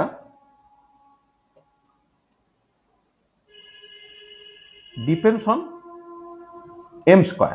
এনার্জিটা এম স্কোয়ার উপর নির্ভর করে। ধরো আমি বললাম যে এম এর ভ্যালু তুমি +1 নিলে, -1 নিলে, এর মতো করে ψ1 ফাইটা হলো 1/√2π e⁻i হলো, আর এর ক্ষেত্রে যে ওয়েভ ফাংশনটা সেটা হচ্ছে ψ-1 ফাই, এটা দেখো 1/√2π e⁻i।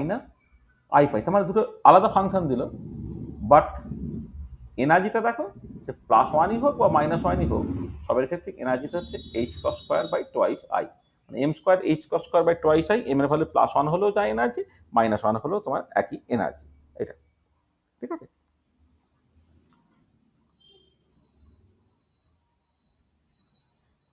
বোঝা গেল?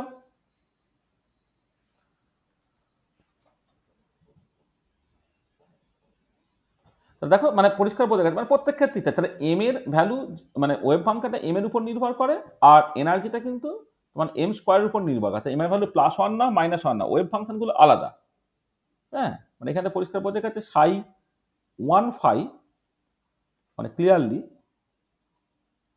নট ইকুয়াল টু ψ-1 ফাই, এটা কিন্তু এনার্জিটা দেখো তোমার একই হচ্ছে, ঠিক আছে, এনার্জিটা একই হচ্ছে। তার মানে বোঝা গেল যে গ্রাউন্ড স্টেট বাদ দিয়ে মানে সমস্ত এক্সাইটেড স্টেটগুলো সেগুলো কিন্তু টু-ফোল্ড ডিজেনারেট হচ্ছে, ঠিক আছে, বোঝা গেল?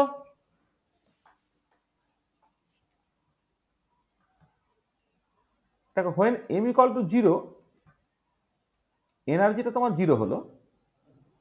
m = যখন +1 বা -1, তখন এনার্জিটা হয়ে যাচ্ছে কত, h²/2i। যখন m এর ভ্যালু +-2, তখন এনার্জিটা হয়ে যাচ্ছে কত, 4h²/2i। বা m এর ভ্যালু যখন তোমার +-3, তখন এনার্জিটা কি হয়ে যাচ্ছে +-3 তে, সেটা হচ্ছে 9h²/2i, এটা ঠিক আছে। এইভাবে তোমার যাচ্ছে জিনিসটা,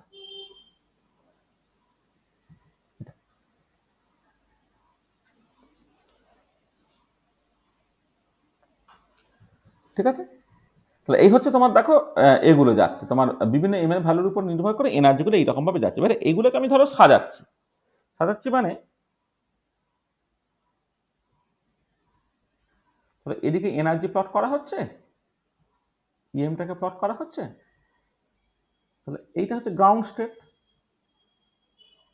E0টা সেটা বেসিক্যালি 0। তারপরে ই যখন তোমার +-1 হলো, সেটা h²/2i এটা হলো। তারপরে তোমার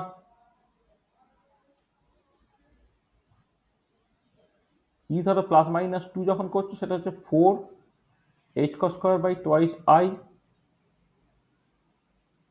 তারপর হচ্ছে তোমার ই +-3টা হচ্ছে 9h²/2i। তাহলে এইরকম করে বিভিন্ন লেভেলে এনার্জিগুলো তোমার যাচ্ছে। এম এর ভ্যালু 0, +-1, +-2, +-3 করে তোমার এরকম ভাবে জিনিসগুলোকে যাচ্ছে, ঠিক আছে। আচ্ছা, এবারে দেখো যে এই যে বিভিন্ন এনার্জি লেভেলগুলো পাচ্ছ, গ্রাউন্ড স্টেটটা নন ডিজেনারেট, তারপরে টু-ফোল্ড ডিজেনারেট, ইত্যাদি ইত্যাদি ইত্যাদি আর কি। এবারে এই যে পার্টিকুলার সিস্টেমটায় যদি তুমি পাশাপাশি দুটো লেভেলের মধ্যে এনার্জি গ্যাপটাকে ক্যালকুলেট করো, সেটা পরিষ্কার যে বাড়ছে সেটা তুমি দেখতে পাচ্ছ। মানে ধরো যদি এরকম করে ভাবো যে স্পেসিং বিটুইন টু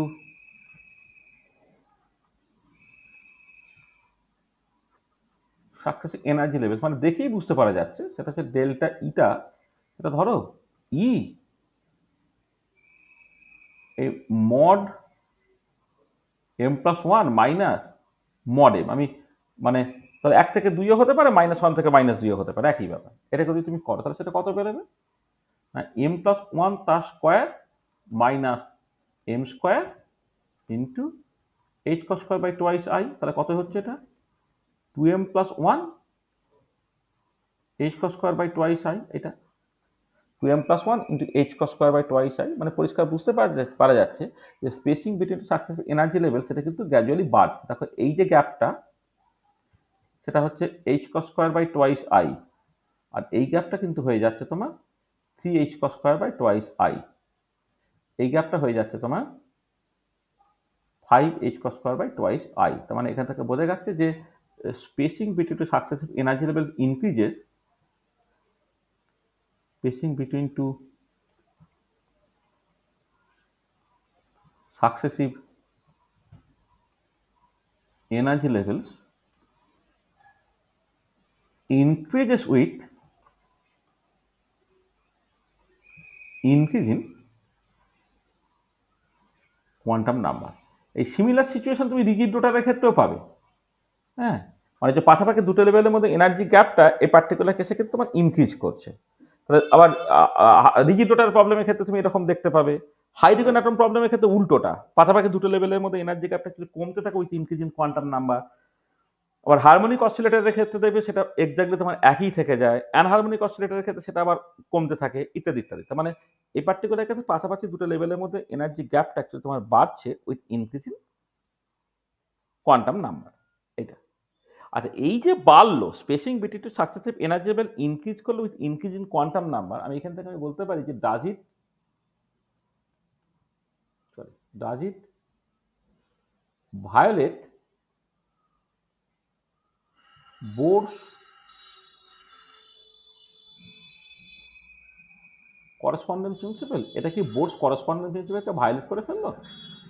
মানে বোর্স করসপন্ডেন্স প্রিন্সিপাল কি বলে, যখন কোয়ান্টাম নাম্বার খুব হাই হয়ে যাবে তখন কোয়ান্টাম মেকানিক্যালি ক্যালকুলেটেড রেজাল্টগুলো ক্লাসিক্যাল রেজাল্টের সমান হয়ে যাবে। তো ক্লাসিক্যালি যে energy continuous quantity, quantum mechanically energy discrete. তাহলে কোয়ান্টাম নাম্বার বাড়লে যদি পাশাপাশি দুটো লেভেলের মধ্যে এনার্জি গ্যাপটা আরো বেড়ে গেছে তাহলে আরো বেশি কোয়ান্টাম হয়ে যাচ্ছে। তাহলে ক্লাসিক্যালি কি করে আসছে সেটা একটুখানি তোমায় বুঝতে হবে। ঠিক আছে, তাহলে এই জায়গাটা মানে আমরা এরকম সিচুয়েশন অনেক জায়গাতেই দেখবো। মানে পার্টিকুলার বক্স প্রবলেমের ক্ষেত্রেও ঠিক একই রকমের প্রবলেমের কথা বলা হয়েছিল। আসলে এক্ষেত্রে এই যে পাশাপাশি দুটো লেভেলের মধ্যে এনার্জিকে বেড়ে যাওয়া মানেই হচ্ছে তোমার ওটা মোর কোয়ান্টাম হয়ে গেল, এরকম ঠিক ব্যাপারটা নয়। হ্যাঁ, এইখানে তোমাকে একটা ক্লাসিক্যাল ফ্রিকোয়েন্সি বা একটা কোয়ান্টাম মেকানিক্যাল ফ্রিকোয়েন্সি তোমাকে বের করতে হবে। হ্যাঁ, মানে ব্যাপারটা দেখো, তুমি ধরো তুমি ক্লাসিক্যাল ফ্রিকোয়েন্সি ব্যাপারটা কি একটুখানি দেখো। ক্লাসিক্যাল ফ্রিকোয়েন্সি, নিউ ক্লাসিক্যাল মানে কি 1 সেকেন্ডে কতবার ঘুরছে। তাহলে 1 সেকেন্ডে কতবার ঘুরছে সেটা কত হবে না ওমেগা বাই 2 পাই। মানে ওমেগাটা হচ্ছে অ্যাঙ্গুলার ভেলোসিটি, অ্যাঙ্গুলার ভেলোসিটি মানে হচ্ছে 1 সেকেন্ডে কতটা অ্যাঙ্গেল ঘুরলো তাকে 2 পাই দিয়ে ভাগ করলে তার ক্লাসিক্যাল ফ্রিকোয়েন্সিটা বেরোবে। আর ওমেগাটা কি, এবার দেখো অ্যাঙ্গুলার মোমেন্টাম এলটা হচ্ছে আই ইন্টু ওমেগা। তুমি এটাকে লিখতে পারো L by twice pi into I. মানে কারণটা কি না, অ্যাঙ্গুলার মোমেন্টাম তো আই ইন্টু ওমেগা হয়, ওমেগাটা তুমি এল বাই আই করে দিলে। এটা এটা এল বাই মানে L by twice pi into I, এটা ঠিক আছে।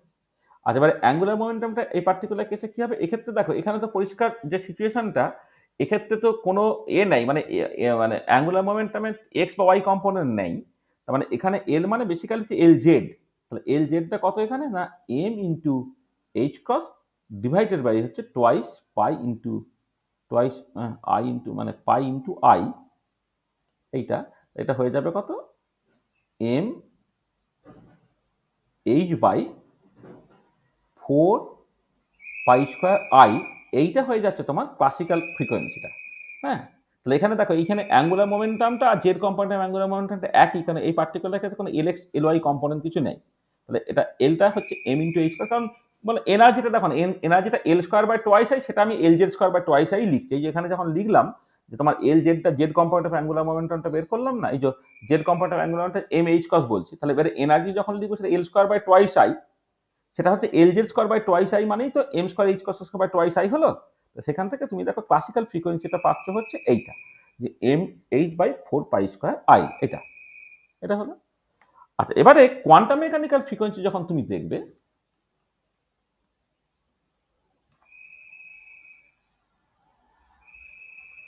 কোয়ান্টাম মেকানিক্যাল ফ্রিকোয়েন্সি জিনিসটা কিরকম হচ্ছে, নিউ কোয়ান্টাম মেকানিক্যাল সেটা হচ্ছে পাশাপাশি দুটো লেভেলের মধ্যে এনার্জি গ্যাপ, তাকে তুমি ভাগ করছো কি দিয়ে, না এইচ দিয়ে। আর এবারে পাশাপাশি দুটো লেভেলের মধ্যে এনার্জি গ্যাপটা তুমি ক্যালকুলেট করেছো 2m + 1 h cross square by twice I, তাহলে 2m + 1 h cross square by twice I, আর একটা এইচ যেমন আছে, তো দেখো এটা হয়ে যাচ্ছে কত, 2m + 1 এটা H square by 4 pi square, মানে 8 পাই স্কোয়ার আই ইন্টু 8, তার একটা এইচ তোমার বাদ চলে গেল, এটা হলো মানে এইচ কস্ট হচ্ছে H square by 4 pi square, তাহলে 4 মানে 8 পাই স্কোয়ার আই, এটা হয়ে যাচ্ছে এইটা। আচ্ছা, এবারে দেখো তাহলে হোয়েন মানে at the limit quantum number M যদি তোমার টেন্ডস টু ইনফিনিটি হয়, তাহলে কোয়ান্টাম মেকানিক্যাল ফ্রিকোয়েন্সিটা কি দাঁড়াচ্ছে, যদি এমটা খুব বড় হয়ে যায় তখন 2m + 1 থেকে তুমি 1টাকে বাদ দিয়ে দিলে, এই 2 আর 8 কেটে গিয়ে 4 হয়ে গেল, তাহলে কত হয়ে গেল, mh by 4 pi square I হয়ে গেল। দেখো এটা তোমার এই ক্লাসিক্যাল ফ্রিকোয়েন্সির সঙ্গে সমান হয়ে গেল, তার মানে Bohr's correspondence principle is obeyed, Bohr's correspondence principle is obeyed. দেখো বোরস করসপন্ডেন্স প্রিন্সিপালটা কিন্তু অ্যাকচুয়ালি ওবেড হচ্ছে, তার মানে এটা খুব ইম্পর্টেন্ট যে তোমার এই যে এখানে দেখো এই যে এই ফ্রিকোয়েন্সিটা তুমি পেয়ে গেলে, মানে যে পাশাপাশি দুটো লেভেলের মধ্যে এনার্জি গ্যাপ বেড়ে যাচ্ছে বলেই যে বোরস করসপন্ডেন্স প্রিন্সিপালটা ভায়োলেটেড হয়ে যাচ্ছে সেরকম না। বোরস করসপন্ডেন্স প্রিন্সিপাল দেখতে গেলে তোমাকে কিন্তু এইরকম করে দেখতে হবে যে ক্লাসিক্যাল ফ্রিকোয়েন্সি এবং কোয়ান্টাম মেকানিক্যাল ফ্রিকোয়েন্সি তোমাকে বুঝতে হবে। কোয়ান্টাম মেকানিক্যাল ফ্রিকোয়েন্সি যখন কোয়ান্টাম নাম্বার খুব হাই হয়ে যাবে তখন ক্লাসিক্যাল ফ্রিকোয়েন্সি সমান হয়ে যাবে, এইটা ঠিক আছে, বুঝতে পারলে?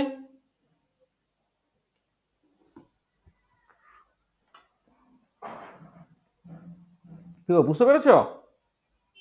হ্যাঁ স্যার। আচ্ছা, এবারে এর অ্যাপ্লিকেশন দেখো, এই যে কনসেপ্টটা আমরা বললাম সে কনসেপ্টটার জাস্ট কিছু মডেলটা, যে মডেলটা বলা হয়েছে সেই মডেলটা কিছু অ্যাপ্লিকেশন দেখো। দেখো তোমার এই যে সাইক্লিক কনজুগেটেড পলিইনগুলো আছে,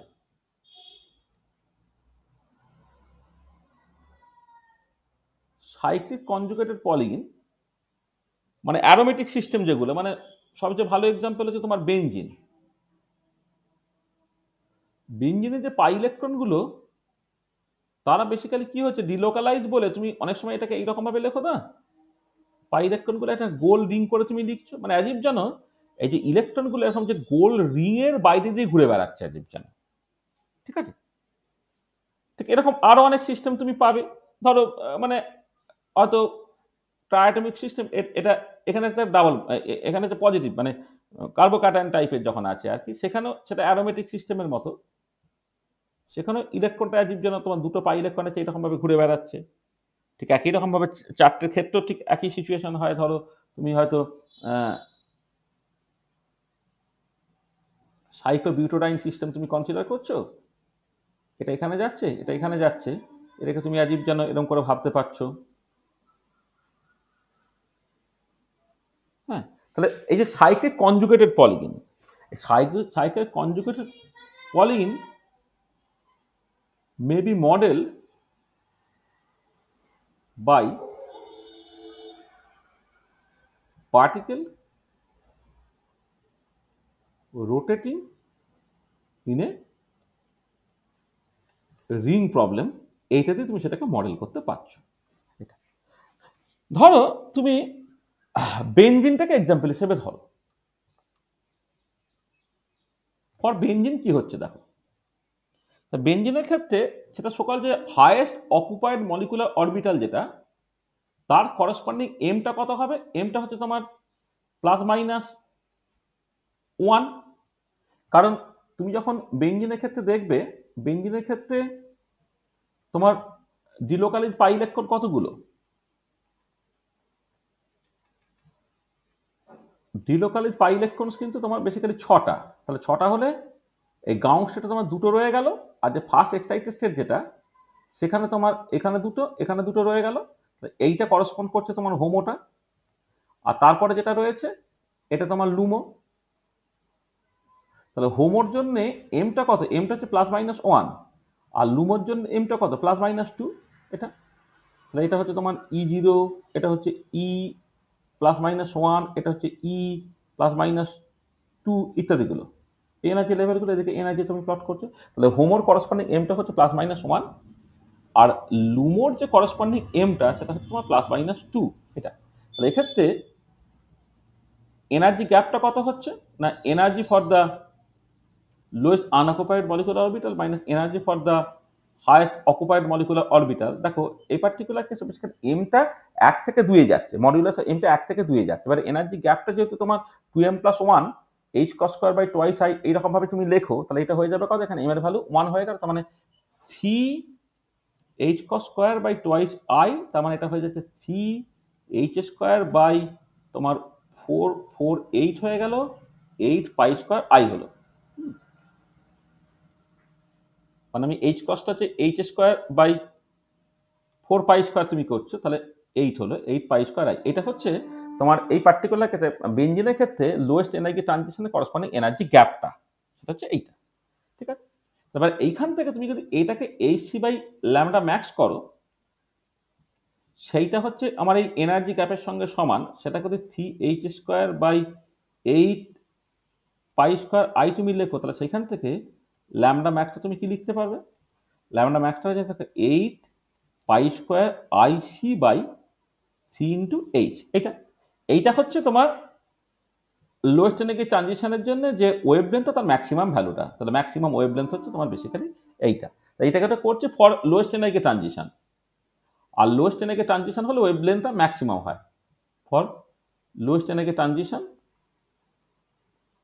লোয়েস্ট এনার্জি ট্রানজিশন হয়তো হোমো থেকে লুমোতে হবে। হোমোলুমি এনার্জি গ্যাপটাকে ক্যালকুলেট করলে তাকে এইচসি বাই ল্যামডা করলে সেক্ষেত্রে ল্যামডা ম্যাক্সের এক্সপ্রেশনটা পেলে 8 pi square IC by 3h। এটা আচ্ছা, এবারে এখানে আইটা একটু খেয়াল করে দেখো। আইটা কি? আইটা হচ্ছে মোমেন্ট অফ ইনার্সিয়া। সেটা হচ্ছে কি এম ইন্টু এমটা যেখানে মানে ক্যাপিটাল এমটা হচ্ছে কোয়ান্টাম নাম্বার, স্মল এম লাগবে। স্মল এম হচ্ছে মানে বেসিক্যালি ইলেকট্রন ঘুরছে, mass of the electron into r square. আইটা হচ্ছে এম ইন্টু আর স্কোয়ার। এইটা ঠিক আছে। আচ্ছা, এটা যে এম ইন্টু আর স্কোয়ার, তাহলে তুমি মাস অফ দ্য ইলেকট্রন তো বুঝে গেলাম, হয় মাস অফ দ্য ইলেকট্রন তো না, ইলেকট্রন ঘুরছে কিন্তু 9.11 ইন্টু 10⁻³ কেজি, এটা আমি লিখে ফেলবো। এটা আরটা কত লিখবো? আরটা তো রেডিয়াসটা। তাহলে দেখো, তাহলে এই যে আমি আরটাকে যখন কনসিডার করব, সেই রেডিয়াসটা আমি কত করব? আচ্ছা, রেডিয়াসটা কত করব আমি এই লজিকে করছি, সেটা হচ্ছে এই যে টু ক্যালকুলেট সারকামফারেন্স দিয়ে করবেন। হ্যাঁ, to calculate radius of the circle, আমি এটা করছি যে সার্কামফারেন্সটা সেটাকে 2πr এর সঙ্গে সমান করি। তাহলে 2πrটা হচ্ছে 6 ইন্টু, এবারে বেঞ্জিনের ক্ষেত্রে এক একটা বন্ড লেন্থ কত? 1.39 অ্যাংস্ট্রম করে। তা সার্কামফারেন্সটা 2πr, সেটা হচ্ছে তোমার 6 ইন্টু 1.39 অ্যাংস্ট্রম। সেখান থেকে তুমি আর এর ভ্যালুটাকে তুমি বের করে নিতে পারছো। আর এর ভ্যালুটা হয়ে যাবে 6 into 1.39 angstrom divided by 2π। Angstrom মানে তুমি 10⁻⁻10 মিটার করে দিলে, হ্যাঁ, করে আটটা তোমার বেরিয়ে গেল। তাহলে এবারে এই এক্সপ্রেশনে তুমি সব কটা বসিয়ে দাও। তা তুমি জাস্ট 8 পাই স্কোয়ার, আই এর জায়গায় এম আর স্কোয়ারটা বসাচ্ছ, 9.11 ইন্টু 10⁻31 কেজি তুমি বসাচ্ছ। আরটা হচ্ছে তোমার 6 ইন্টু 1.39 ইন্টু 10⁻10 বাই হচ্ছে 2π এম আর স্কোয়ার, তাহলে এত মিটার তার স্কোয়ার হয়ে গেল, ইন্টু স্পিড অফ লাইট হচ্ছে 3 ইন্টু 10⁸ মিটার পার সেকেন্ড হয়ে গেল, ডিভাইডেড বাই তোমার 3 ইন্টু এইচ, মানে 3 ইন্টু এইচটা হচ্ছে 6.626 ইন্টু 10⁻34 জুল সেকেন্ড হয়ে গেল। করে তুমি ল্যামডা ম্যাক্সের ভ্যালুটাকে পেয়ে যাবে। ল্যামডা ম্যাক্সটা করে দেখবে ওই অ্যাপ্রক্সিমেটলি 192 ন্যানোমিটারের কাছাকাছি তোমার আসবে। হ্যাঁ, আর তাহলে বেঞ্জিনের ল্যামডা ম্যাক্সটা 180 ন্যানোমিটারের কাছাকাছি, তাহলে দেখো 192 এর কাছাকাছি এসছে, মানে এটা বেশ ভালো এগ্রিমেন্ট আর কি। ঠিক আছে, তার মানে যেমন করে particle in a box problem, সেটা দিয়ে লিনিয়ার কনজুগেটেড পলিনটা তুমি বুঝতে পারো, তোমার সাইক্লিক কনজুগেটেড পলিনটাকে বুঝতে গেলে কিন্তু তুমি বেসিক্যালি এইটাকে ব্যবহার করতে পারো, মানে তোমার particle rotating in a ring এই প্রবলেমটাকে তুমি ব্যবহার করতে পারো। এটা ঠিক আছে, তাহলে বোঝা গেল যে particle rotating in a ring প্রবলেমটা তুমি কেমন করে ব্যবহার করতে পারছো বিভিন্ন প্রবলেমের ক্ষেত্রে। স্যার বলছি রেডিয়াসটা কিভাবে ক্যালকুলেট করলেন আরেকবার বলুন। রেডিয়াসটা হচ্ছে যে একটা বেঞ্জিনের ক্ষেত্রে যে সারকামফারেন্স, যেটা মানে পেরিমিটার, যেটা সেটা হচ্ছে বেঞ্জিন তো একটা হেক্সাগন, হেক্সাগন যদি হয় তাহলে তার সারকামফারেন্সটা কত হবে 6 ইন্টু এক একটা বন্ড লেন্থ। বেঞ্জিনের এক একটা বন্ড লেন্থ কত, carbon carbon bond length 1.39 angstrom, তা 6 ইন্টু 1.39 অ্যাংস্ট্রমটা হচ্ছে টোটাল সারকামফারেন্সটা। সেইটা হচ্ছে তোমার এই 2 পাই আর এর সঙ্গে সমান। যদি তুমি ধরে নাও ওটাকে একটা সার্কেল দিয়ে রিপ্লেস করো, তাহলে 2 পাই আরটা হয়ে যাবে তোমার ওর সঙ্গে সমান। ঠিক আছে, হ্যাঁ বুঝতে স্যার। পেরেছো? ঠিক আছে,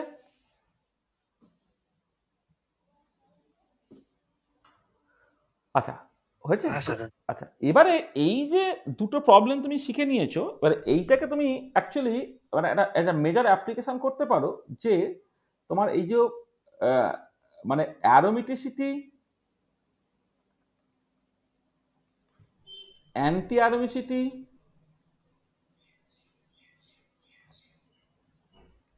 নন অ্যারোমেটিসিটি,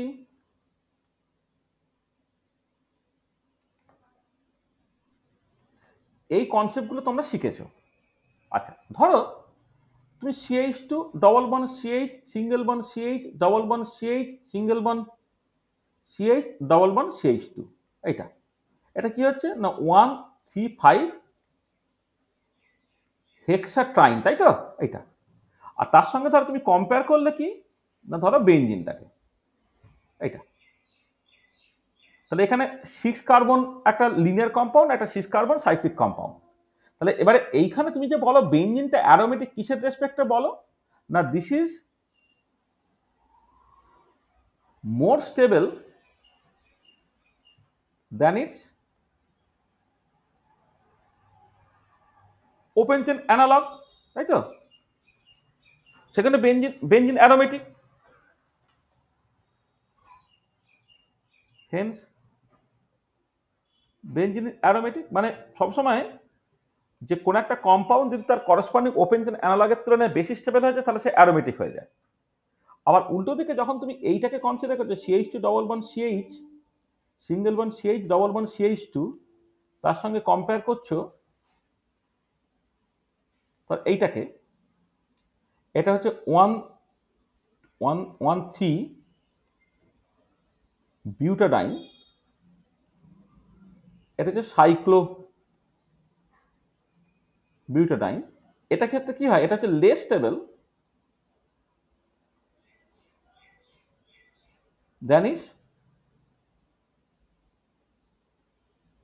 ওপেন চেন অ্যানালগ।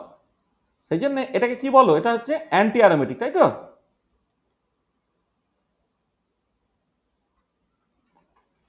আর হয় তুমি যখন অক্টাটেট্রাইন তুমি কনসিডার করবে, CH2 double bond CH single bond CH double bond CH single bond CH double bond CH single bond CH double bond CH2, এটার সঙ্গে তুমি কম্পেয়ার করছো, ধরো 1 2 3 4 5 6 7 8, ধরো এই এই এই এই, এটা হচ্ছে 1357 অক্টাটেট্রাইন, এটা হচ্ছে সাইক্লো অক্টাটেট্রাইন। এইটা হচ্ছে this is of comparable stability,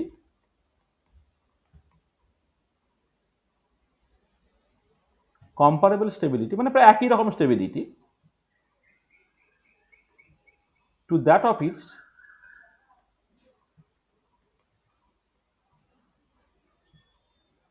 open chain analogue. ঠিক আছে, সেই জন্য এটা হচ্ছে তোমার বেসিক্যালি নন অ্যারোমেটিক। সব জানা আছে তো, কোনটা অ্যারোমেটিক, কোনটা নন অ্যারোমেটিক, কোনটা অ্যান্টি অ্যারোমেটিক, সব জানা আছে। এটা আচ্ছা, কি গো, বুঝতে পেরেছো? হ্যাঁ স্যার। আচ্ছা, এবার আমার মডেলটা হচ্ছে যে calculate total energy of the open chain conjugated Pauline বা linear conjugated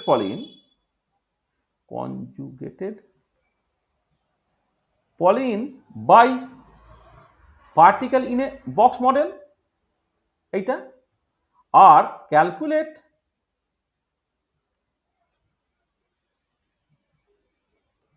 total energy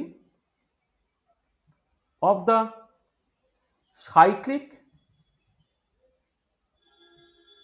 conjugated Pauline by particle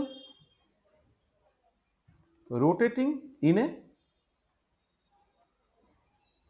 ring model, particle rotation ring model, ঠিক আছে। এটা তাহলে আমি জাস্ট এই যে ওপেন চেন অ্যানালগ গুলো, তাহলে 135 হেক্সাট্রাইনকে particle in a box problem দিয়ে বুঝবো, আর বেনজিনটাকে particle rotating in a ring problem দিয়ে বুঝবো। তাহলে এইটাকে বুঝে then compare their energies and predict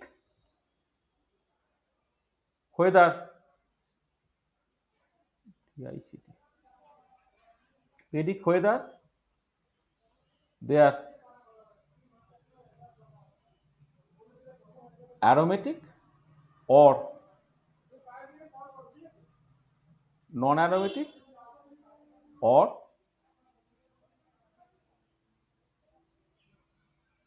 antibiotic. এটা একটা সুন্দর একটা প্রবলেম, মানে সুন্দর একটা প্রজেক্ট হতে পারে আর কি এটা। তাহলে তোমার নন অ্যারোমেটিক নাকি নন অ্যারোমেটিক না অ্যান্টি অ্যারোমেটিক, এখন তুমি দেখো একটা প্রেডিক্ট করার জায়গা তুমি থাকতে পারবে। তার মানে এটা দাঁড়াচ্ছে, এটা হচ্ছে যে free electron molecular orbital theory, FEMO theory যেটাকে বলা হয়েছিল না, free electron molecular orbital theory. এই free electron molecular orbital theory দিয়ে তুমি যদি অ্যারোমেটিসিটি অ্যান্টি অ্যারোমেটিসিটি, এমনি লোকে হুকেল মলিকুলার অরবিটাল থিওরি দিয়ে aromaticity anti aromaticity non aromaticity বোঝে।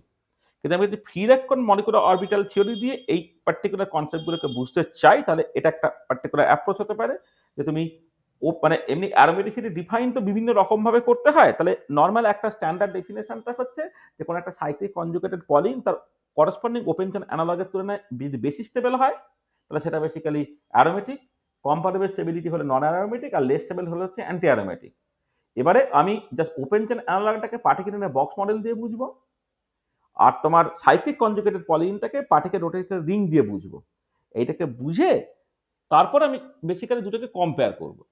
তাহলে কম্পেয়ার মানে এনার্জি, টোটাল এনার্জিটাকে কম্পেয়ার করবো। তাহলে এনার্জিটাকে কম্পেয়ার করে যদি আমি দেখি যে কোনটা বেশি স্টেবল আর কি, ওপেন চেন অ্যানালগটা নাকি সাইক্লিক কনজুগেটেড পলিনটা, সেই মতো করে অ্যারোমেটিসিটি অ্যান্টি অ্যারোমেটিসিটি এবং নন অ্যারোমেটিসিটি প্রেডিক্ট করতে পারবো। ঠিক আছে, মডেলটা বুঝতে পেরেছো তো? হ্যাঁ স্যার। তাহলে এই পার্টিকুলার জায়গাটা নিজেরা একটুখানি তোমরা এক্সপ্লোর করবে। এটা আমি আর ডিটেলে বলবো না, এটা তোমরা একটুখানি মোটামুটি এক্সপ্লোর করবে। আমরা দেখবে যেখানে আমাদের বইটা সবাই কিনে নেবে, মানে প্রত্যেকে কিন্তু আমাদের যে কোয়ান্টাম মেকানিক্সের বইটা আর কি, মানে শুধু কোয়ান্টাম মেকানিক্স হেডিংও আছে বা তোমার ভলিউম 4 হিসাবে যায়, এটা একটা এসেনশিয়াল বই আর কি। এই বইটা তোমাদের কিনতে হবে। এখানে দেখবে যেখানে ওই তোমার হুকেল থিওরি বা Hückel molecular orbital theory discuss করা আছে, তার শুরুতে আমরা একটা ফ্রি ইলেকট্রন মলিকুলার অরবিটাল থিওরিটাকে করে দিয়েছি। সেই free electron molecular orbital theory থেকে কিন্তু এই পার্টিকুলার অ্যাসপেক্টটা কিন্তু ভালো করে এক্সপ্লেন করা আছে আর কি। এটা তোমরা দেখে নিতে পারো, অন্য কোথাও কিন্তু পাবে না এটা। ঠিক আছে, এটা তোমাদের একটা কাজ হিসেবে আমি দিলাম।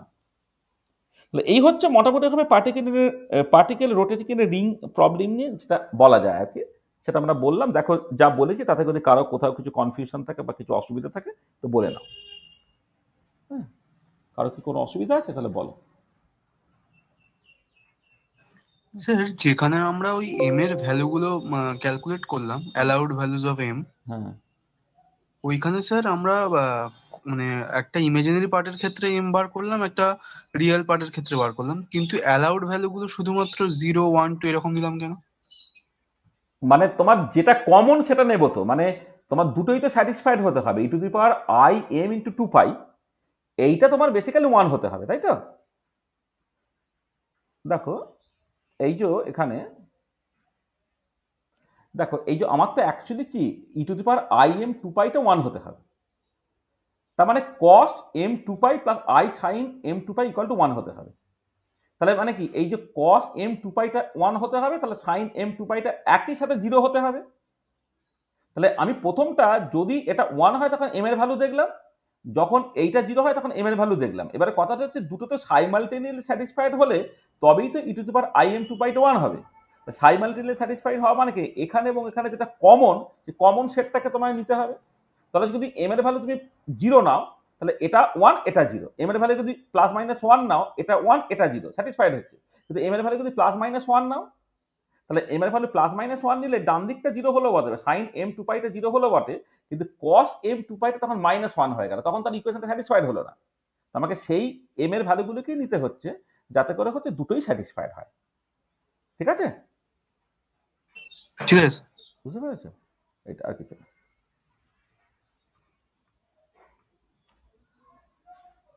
তাহলে আমরা আজকে এখানেই শেষ করব। তাহলে নেক্সট ক্লাসে যেটা পড়বো, নেক্সট ক্লাসে আমাদের পড়া হবে যে রিজিড রোটার প্রবলেমটা আমাদের পড়তে হবে।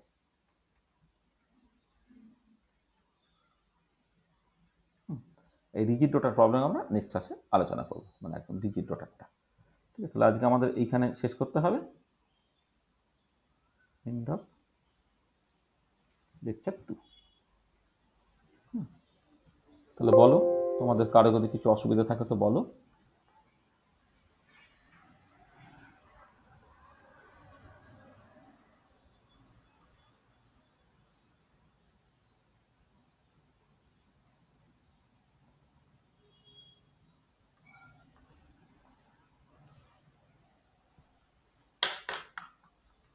বলো, ঠিক আছে সব?